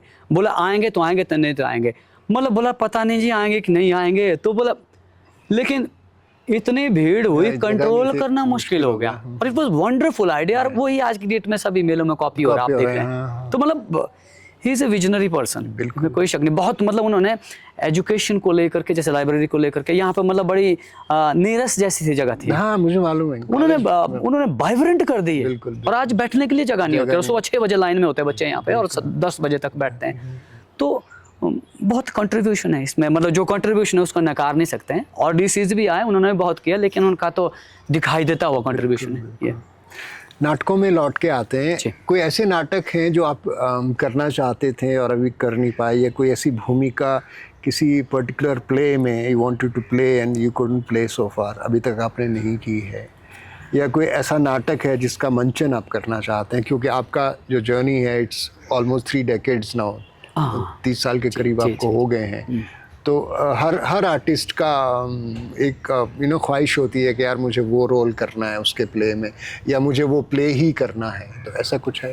हाँ, मैं एक मतलब जैसे ब्रिक्तन शैली में मेरी ज़्यादा पकड़ है, और ब्रिक्शन शैली इसलिए बोल रहा हूँ क्योंकि ये ज़्यादा समझते हैं, अदरवाइज़ ये फोक है, फोक है, हाँ। फोक ही है। ब्रिक्ट का प्ले मैं करना चाहता हूँ अभी भी, और करना चाहता था। बहुत सुंदर प्ले है कि हिटलर पे है, अच्छा। द रेजिस्टिबल राइज ऑफ आर्थरो उई। Okay okay. ब्यूटीफुल प्ले, और मैं आर्थरो उई का जो हिटलर का रोल करना चाहता हूँ। It is not that Hitler, वह ब्यूटीफुली कंसीव किया हुआ है कि किस तरह से 5-7 नौजवान मतलब एक से एक दूसरे से दूसरे शहर पे किस तरह से कब्जा करते जाते हैं। बोला खाली आताए थे हम 5 साथी, और नाउ दिस, और मतलब उसमें जो हिंदी एडेप्टेशन है उसका, उसमें ये है किसने किया है? सब्जियों का व्यापारी। एडेप्टेशन मुझे याद नहीं है, शायद नूर जहीर ने किया, जो मेरे पास है वो नूर जहीर मैडम ने किया हुआ। नूर जहीर का एक और भी प्ले किया ना आपने? हाँ, काफ़ी प्लेस किए मैंने उनके तो काफ़ी। गुरु माँ है, उनसे ही सीखा लिखना तो तो ये वो उसका जो कैरेक्टर है वो बड़ा मन में है, और मुझे मेरे मन में इसलिए है क्योंकि मेरे गुरु किया करते थे इसको, अलकाजी साहब के डायरेक्शन में इसी कैरेक्टर को। अब्राहम अलकाजी। हाँ जी, हाँ जी, वो उनके गुरु हैं, और फ्रिट्स बेनेडिक्ट उनके गुरु हैं, तो उसी लिए से मैं उनका शिष्य हूँ। तो ये वो बहुत उनका ये टूट गया था, लिगामेंट नहीं था, उसी प्ले में हुआ था। तो वो स्पीचेस जो बोल के मुझे सुनाते थे या सिखाते थे, वो मेरे आज भी मन में है कि वो करते थे। लेकिन 4-5 शो थे सुना, तो उसमें मतलब वो हवा में समरसॉट करके काफ़ी हाइट में से आते थे, और नीचे से एक जेसीपी का एक प्लेटफॉर्म आता था, और उस पर अच्छा उतरते थे। हाँ, लैंड। हाँ, वो मतलब फिर वो ऐसे ऐसे करके स्पीच बोलते हुए नीचे उतारती थी। इट वाज लाइक मतलब ब्रिलियंट में स्पेक्टेकुलर ये था। तो वो तो मैंने नहीं देखा, मैं कभी देख नहीं पाया, लेकिन वो बताते थे इस तरह से ये। लेकिन उसके तीसरे या चौथे शो में क्या हुआ कि वो जेसीबी टाइम पे नहीं आई, ही जंप्ड और बोला मैं अनकॉन्शियस हो गया नीचे जाके, तब होश आया, आई वाज इन हॉस्पिटल। तो उनका ये हो गया, तब शोज़ कैंसिल हो गए। लेकिन जो स्पीचेस थी, जिस तरीके से ही वॉज बंगाली, हिंदी अच्छे से नहीं बोल पाते जैसे बंगाली आमतौर पे बोलते हैं, लेकिन जब वो स्पीचेस बोलते थे वो मतलब झट से वो स्पीच बोलते हुए कि मतलब he was just another man. तो वो ट्रांसफॉर्मेशन जो है वो मेरे अभी भी मन में है कि मैं वो कर पाऊँ। देश के कौन से थिएटर के एक्टर हैं जो आपको पसंद है, जिनकी परफॉर्मेंसेस आपको पसंद है? जैसे फॉर एग्जांपल मोहन आगसे हैं, या नाना पाटेकर हैं, या गिरीश कर्नाड साहब हैं, तो या नसीर साहब हैं, ओमपुरी थे, अमरीश हाँ जी, पुरी हाँ थे। जी, हाँ जी, हाँ जी, हाँ जी, बिल्कुल। देखिए, मैं नाना पाटेकर साहब की तो फिल्मों में ही एक्टिंग देखी, मैं थिएटर नहीं देख पाया। मोहन आगाशे साहब, उनका एक प्ले है पुरुष। हाँ जी, हाँ जी, बिल्कुल, उसकी बहुत ज़्यादा चर्चा, और बहुत ही अच्छा किया है उन्होंने। और नाना पाटेकर तो संत एक्टर हैं, बहुत सेंट, ये तो बहुत दूसरे मतलब उनको तो अलग ऑरा में एक्टिंग करते हैं ये। ऐसे नसीरुद्दीन शाह, और मुझे नसीरुद्दीन शाह बहुत अच्छे लगते हैं थिएटर के एक्टर्स में, मुझे बहुत अच्छे लगते हैं आज भी, जिस जुनून से वो काम करते हैं। जब उनका आइंस्टाइन प्ले है, एक बहुत अच्छा है, उम्दा। और मैं नाना पाटेकर साहब के बारे में, एक्टिंग का तो कायल हूँ उनका, और ये मोहन आगाशे साहब के बारे में ज़्यादा नहीं बोल पाऊँगा क्योंकि मैंने उनका प्ले नहीं देखा। आगाशे साहब का घासीराम कोतवाल मैंने ये देखा हुआ है, इस पे ये देखा, इस पे जो रिकॉर्डेड जो देखा है, लेकिन रिकॉर्डेड में उसमें वो, लेकिन घासीराम कोतवाल को लेकर के मतलब मेरे गुरु भी बोलते थे, और भी बहुत लोग, मतलब मोहन आगाशे, और एक्टर तो क्या बोलना इनको। उसी तरह से आप मराठा में तो बहुत, महाराष्ट्रियन थिएटर बहुत पहले से ही एडवांस है। और मुझे मतलब ज़्यादा काफ़ी कैच करता है नसीरुद्दीन शाह साहब की एक्टिंग। और ये मनोज वाजपेयी बहुत अच्छे, पीयूष मिश्रा बहुत अच्छे। वो तो एक्ट 1 में भी थे ना? हाँ, एक्ट 1 में दोनों ही थे। और मतलब ईमानदारी से बोला जाए तो मतलब इनके बारे में सुन के ही मतलब पीयूष मिश्रा साहब के बारे में सुन करके मुझे बहुत ये मिला है।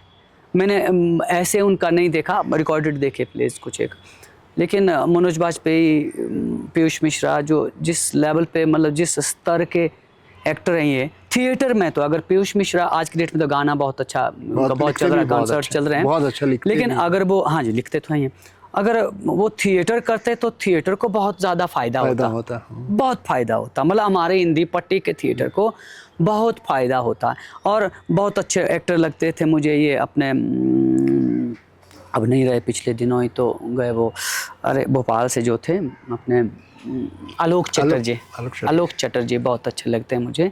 और अन्य भाषाओं के बांग्ला एक्टर बहुत हैं जिनके नाम मैं कर नहीं पाऊँगा, बहुत, जैसे मतलब राजा चटर्जी खूब अच्छे खुद ही एक्टर थे, बहुत नाटक लिखे उन्होंने और बहुत अच्छे एक्टर्स।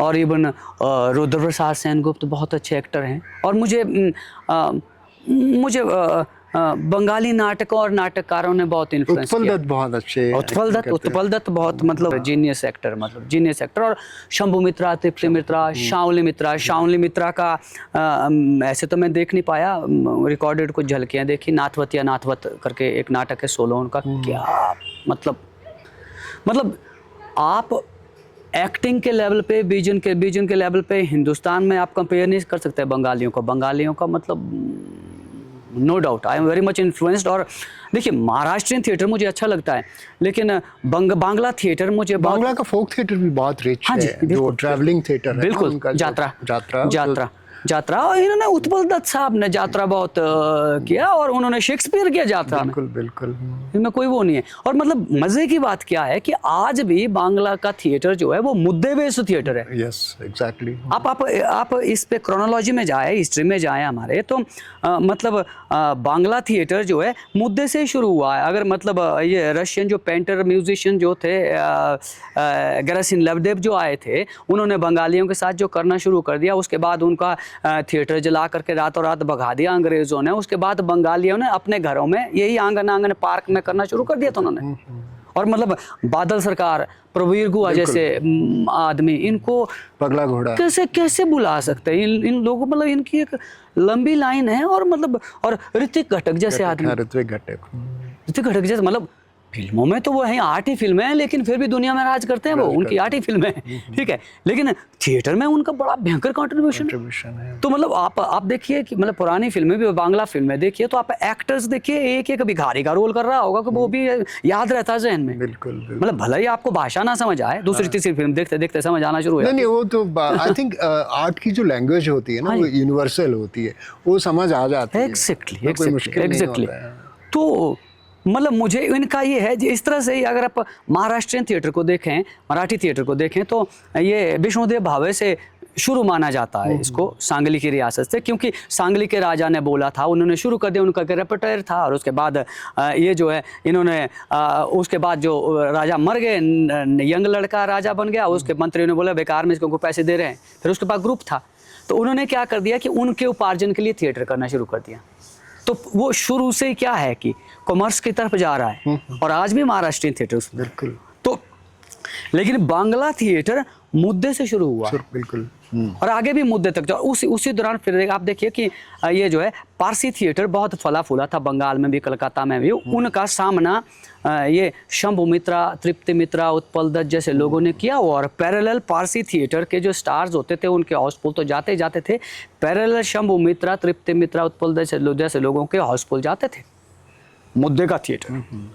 तो इसलिए मुझे मन के ज्यादा पास है Bengali theatre. Bengali even Jennifer जो शशि कपूर जी की पत्नी थी, और शशि कपूर साहब ने भी बहुत ज्यादा थिएटर किया, बहुत जगह थिएटर किया। आपने बहुत सारे बातों में एनएसटी के बड़े बड़े लोगों का जिक्र किया। आपको कभी एनएसटी ना जाने का मलाल है? नहीं, नॉट एट ऑल। शुरुआत में लगता था, शुरुआत में इसलिए लगता था कि क्योंकि नेटवर्किंग नहीं हुई।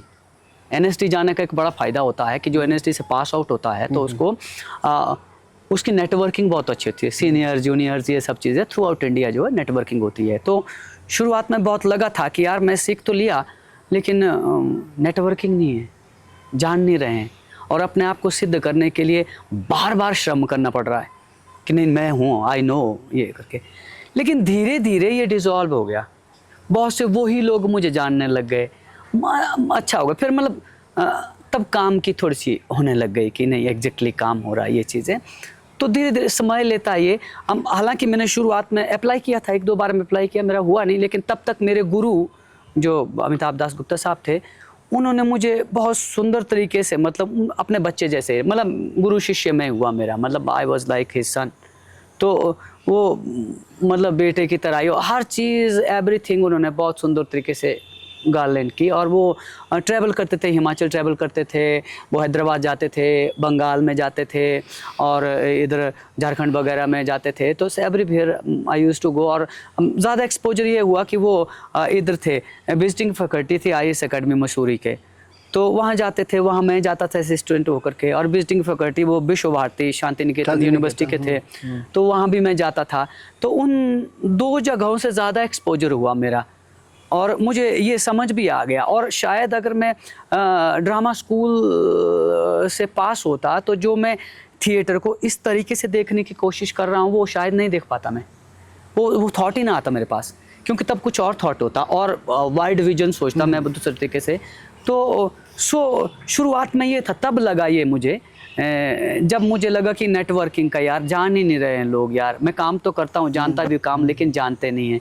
लेकिन जो ड्रामा स्कूल से या डिपार्टमेंट से पास आउट्स लोग हैं, तो उनका अपना एक नेटवर्क होता है, और होता ही होता है, इस तरह जान पहचान होती है सीनियर जूनियर का। तो वो मलाल था, लेकिन सीखने के लेवल पे मुझे कभी मलाल नहीं हुआ, सीखने के लेवल पे कभी नहीं मलाल हुआ। ये मैं बड़ा डेफिनेट था, शुरुआत से ही हुआ मुझे, मेरे गुरु की बदौलत और मेरी गुरु माँ की बदौलत, कि बेसिकली ये जो है, जो इंस्टीट्यूशंस जो हैं वो आपको तकनीक देते हैं, विजन नहीं दे पाते हैं। और यही चीज़ मतलब आदरणीय स्वर्गीय रतन श्याम जी बार बार बोलते हैं कि institution gives you technique only. और वो अपने एनएसडी के लिए बारे में बोलते हैं वो, कि मुझे तकनीक दी वहाँ से, बाकी तो मेरा विजन है अपना जो किया। तो I was very firm about that कि भाई इंस्टीट्यूशन कैन गिव विजन, या दूसरा नेटवर्किंग जो है वो दैट इज़ ओके। बट ठीक है, मेरे गुरु ने जो भी मुझे ब्लेस करके दे दिया, ठीक है, I am satisfied with that now. हमने सभी बड़े लोगों के नाम लिए, असगर वजाहत साहब और हबीब तनवीर साहब की जो प्लेज हैं या उनका जो कंट्रीब्यूशन है, उसको आप कैसे देखते हैं? देखिए, असगर बजात साहब के नाटक बहुत अच्छे हैं, अच्छे। लाहौर नहीं देखा, इन्ना की आवाज़ बहुत अच्छा नाटक है एक उनका, मुझे मतलब लाहौर नहीं देखा से ज़्यादा इन्ना की आवाज़ लगती है। अच्छा। इन्ना की आवाज़ बड़ा सुंदर नाटक है, जिसमें इन्ना नाम का एक आदमी है, ही इज़ वेरी फाइस, बहुत पवित्र हैं। एक राजा जो महल बनाया होता है, उसने तो दरवाज़ा पे अपना नाम गुदवारा होता है, तो लेकिन क्या होता है कि बार बार उस पर इन्ना लिख के आता है। अच्छा। तो राजा परेशान है, सभी लोग कि इन्ना क्यों हो रहा, वो ही सिंग्स सो वेल, मतलब रूह जो है, रूहानी आवाज़ है उनकी इस तरह से। तो मतलब उसका एक उससे ख़राब होने तक का जो ट्रांसफॉर्मेशन है वो बहुत सुंदर था। हालांकि it is folk tale I think. तो असगर वजाहत साहब ने बहुत खूबसूरती से इसको लिखा है इस तरह से कि फिर क्या करते हैं कि राजा जो है रानी को आगे लगा करके उसको बोलते हैं कि इन्ना को बोलते हैं कि वो गांव का गरीब आदमी, अनाथ आदमी है, ऐसे ही फटे जूतों में, वो तुमको ना वजीर बना देते हैं, वजीर बना देते हैं। तो बोले नहीं मैं तो इन्हें बोला नहीं तुम ही हो काबिल। तो अब उसको वजीर बना दिया, तो धीरे धीरे क्या हो गया कि अब वो अयाशियों में होना शुरू हो गया। और वो तो बोलता है कि भाई किसी को जो है ये कष्ट नहीं होना चाहिए, और हर आदमी के पैर में जूते होने चाहिए। तो हमारे शहर में वही सबके पास जूते हों। तो अब क्या होने लगा, उसका एडमिनिस्ट्रेशन ने उल्टा कर दिया कि जो गरीब आदमी है वो बाहर ही रह गए, बोला जाओ जूते खरीद के लाओ, जूते पहन के आओ, तब आना पड़ेगा, अदरवाइज उन्होंने तो बोला था इस तरीके से। इस तरह से धीरे धीरे अयाशी में वो करप्ट होना शुरू हो जाता है, उसकी आवाज़ चले जाना शुरू हो जाती है। और तब जो है तब गुदवाते हैं राजा अपना नाम, राजा का नाम हो जाता है। तो बोला अब now get out of from this post. बोला क्या हो गया? बोला गा तो सुंदर, बोला आवाज़ चली जाती है। तो बोला अब बस हमारा काम हो गया, यही करना था हमने। So beautiful. जिस लाहौर नहीं देखा वो तो बहुत ही अच्छा नाटक है, और ये बड़ा अच्छा Gandhi at the rate God से बड़ा अच्छा नाटक है उनका, अक्सर बाजार। अभी करप्शन को लेके आपने बात की, तो भीष्म साहनी जी का एक नाटक है मुआवजे, मैंने किया वो, मैंने किया जो मुझे लगता था कि तमस उनका बहुत खूबसूरत नाटक है, उस पे सीरीज वो तो नॉवेल है, नॉवेल। हाँ, नहीं उस पे बना भी, हाँ जी, नाटक भी बना, सीरियल भी, सीरियल बना है, हाँ, गोविंद निहालन जी ने बनाया हुआ है। तो मुआवजे को लेके क्या कहना है आपको? क्योंकि उसमें करप्शन है, उसमें इस तरह की चीजें हैं। मुआवजे टाइमलेस प्ले, वो मतलब कभी भी फिट है।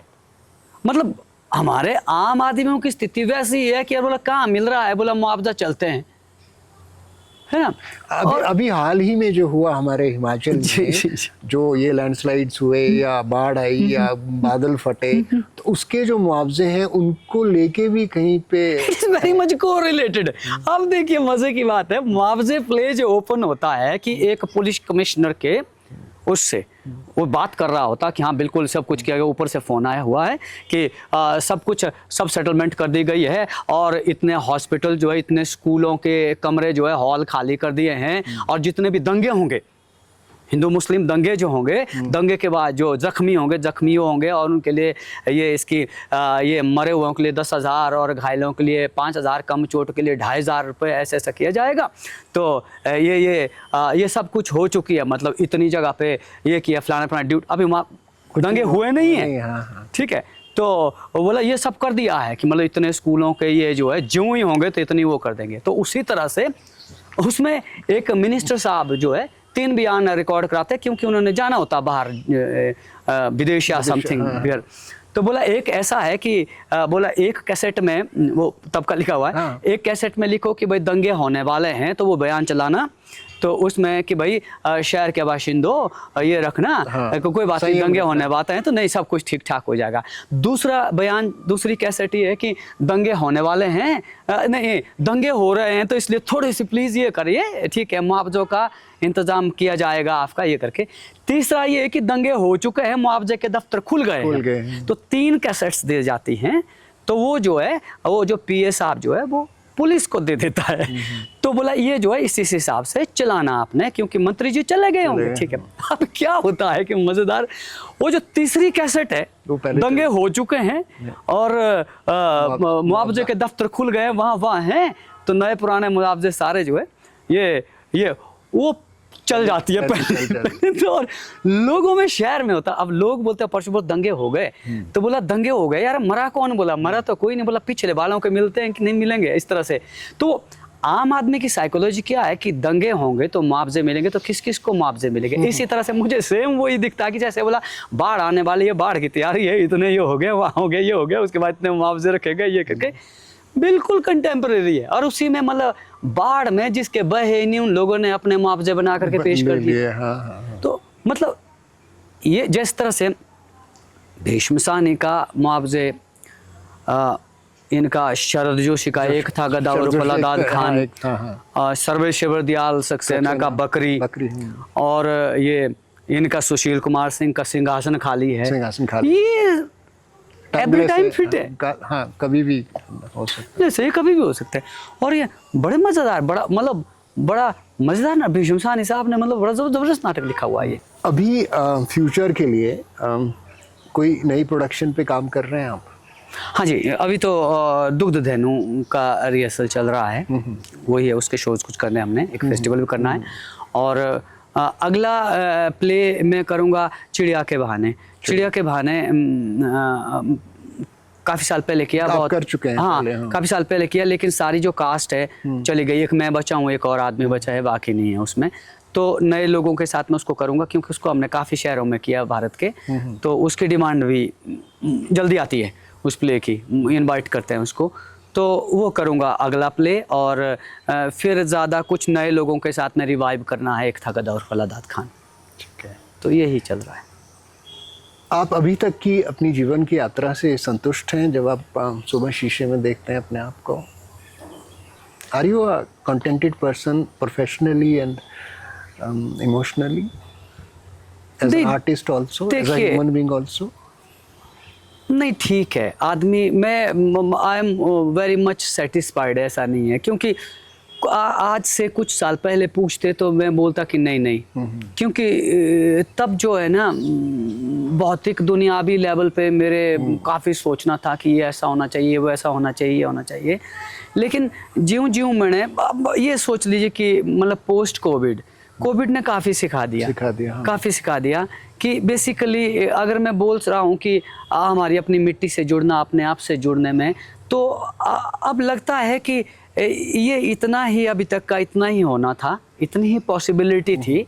और अगर और आप ज़्यादा पॉसिबिलिटी बहुत ज़्यादा चाहते हो तो उस केस में आपको बहुत ज़्यादा चाटुकार या अपॉर्चुनिस्ट आदमी होना बहुत ज़रूरी था, जो फिर मैं शीशे में देखता हूँ मैं हूँ नहीं, मैं हो नहीं पाता हूँ उस तरीके का। तो सो वट एवर कि जितना मिला धन्यवाद।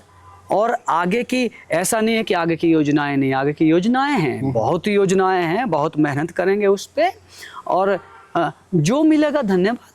और कभी कभी मेरे साथ मतलब बहुत ड्रामेटिकली बहुत सी चीज़ें हुई है, जैसे 2 अवार्ड्स की बात बोलूँ, बिस्मिल्लाह खान युवा पुरस्कार और ये हिमाचल गौरव की, ये दोनों ड्रामेटिकली घटे हैं। मुझे पता भी नहीं था कि यार मैं मजाक मुझे लगा इवन मतलब ये जब हिमाचल गौरव का मुझे फ़ोन आ गया GAD से, शिमला से, बोला आपको इसके लिए स्पॉन्सर किया है। मैंने से कोई मजाक कर रहा होगा शायद, तो बोला लेटर कहाँ भेजे, मैं कहा व्हाट्सएप कर दो। तो 5 मिनट बाद लेटर आया, मैं कहा है सरकारी यार। तो मुझे लगा कि यार ये पुरस्कार नहीं मुझे मिल सकता है, क्योंकि काफ़ी ज़्यादा पॉलिटिकल है ये मामला। लेकिन थैंकफुल टू गवर्नमेंट और जो भी लोग थे उस कमेटी में, उन्होंने वो कर दिया। इस तरह से इवन थिएटर में भी मतलब बहुत सी चीज़ें, यही मैं चिड़िया के बहाने की बात करूं मैं कि मुझे जयपुर से फ़ोन आया, उसके बाद हमने ये प्ले किया ही नहीं, उसके बाद बिखर गई टीम। मुझे फ़ोन आया एक, अभी तो नहीं रहे वो, FTI के थे, अरे उनका नाम भूल गए, जयरंगम नाम से फेस्टिवल करते हैं वो, दीपक घेरा। अच्छा। दीपक घेरा साहब का फ़ोन आया कि यार तुम प्ले लेकर के आ जाओ। तो ये बहुत बड़ा फेस्टिवल होता है, उसमें मतलब पीयूष मिश्रा, मकरंद देशपांडे वगैरह वगैरह जैसे जो बड़े बड़े हिंदुस्तान के गा गए, बोला 40 गा गाएंगे, उसमें तुम्हारी जगह है, अब देख ले। मैं कहा धन्यवाद आपने बोला। तो हमने किया, अच्छा किया। तो मैं सोच नहीं सकता था कि मुझे मतलब, और इमीडिएटली संगीत नाटक अकादमी स्पॉन्सर करने के लिए रेडी हो गई इस प्रोडक्शन को, मेरे प्ले को। तो बहुत सी चीज़ें ऐसे ड्रामेटिकली घटी हैं, और मैं विश्वास करता हूँ कि मेरा काम करना और सोचना है, बिल्कुल, और बाकी करने वाला कोई और है। He will do what he will do, I have to get satisfied with that. ठीक है। केर सिंह ठाकुर जी, आपने अपना कीमती समय निकाला, अपने जीवन के बारे में हमसे बात की, आपके नाटकों के बारे में बात की, अपने निर्देशन के बारे में बात की, लेखन के बारे में बात की, और जो फोक थिएटर है उसके बारे में बात की। आपने हमें समय दिया, आपका बहुत बहुत शुक्रिया। Thank you very much. Thank you, आपका बहुत प्लेजर टॉकिंग टू यू। धन्यवाद, आपने मौका दिया। Thank you very much. Thank you.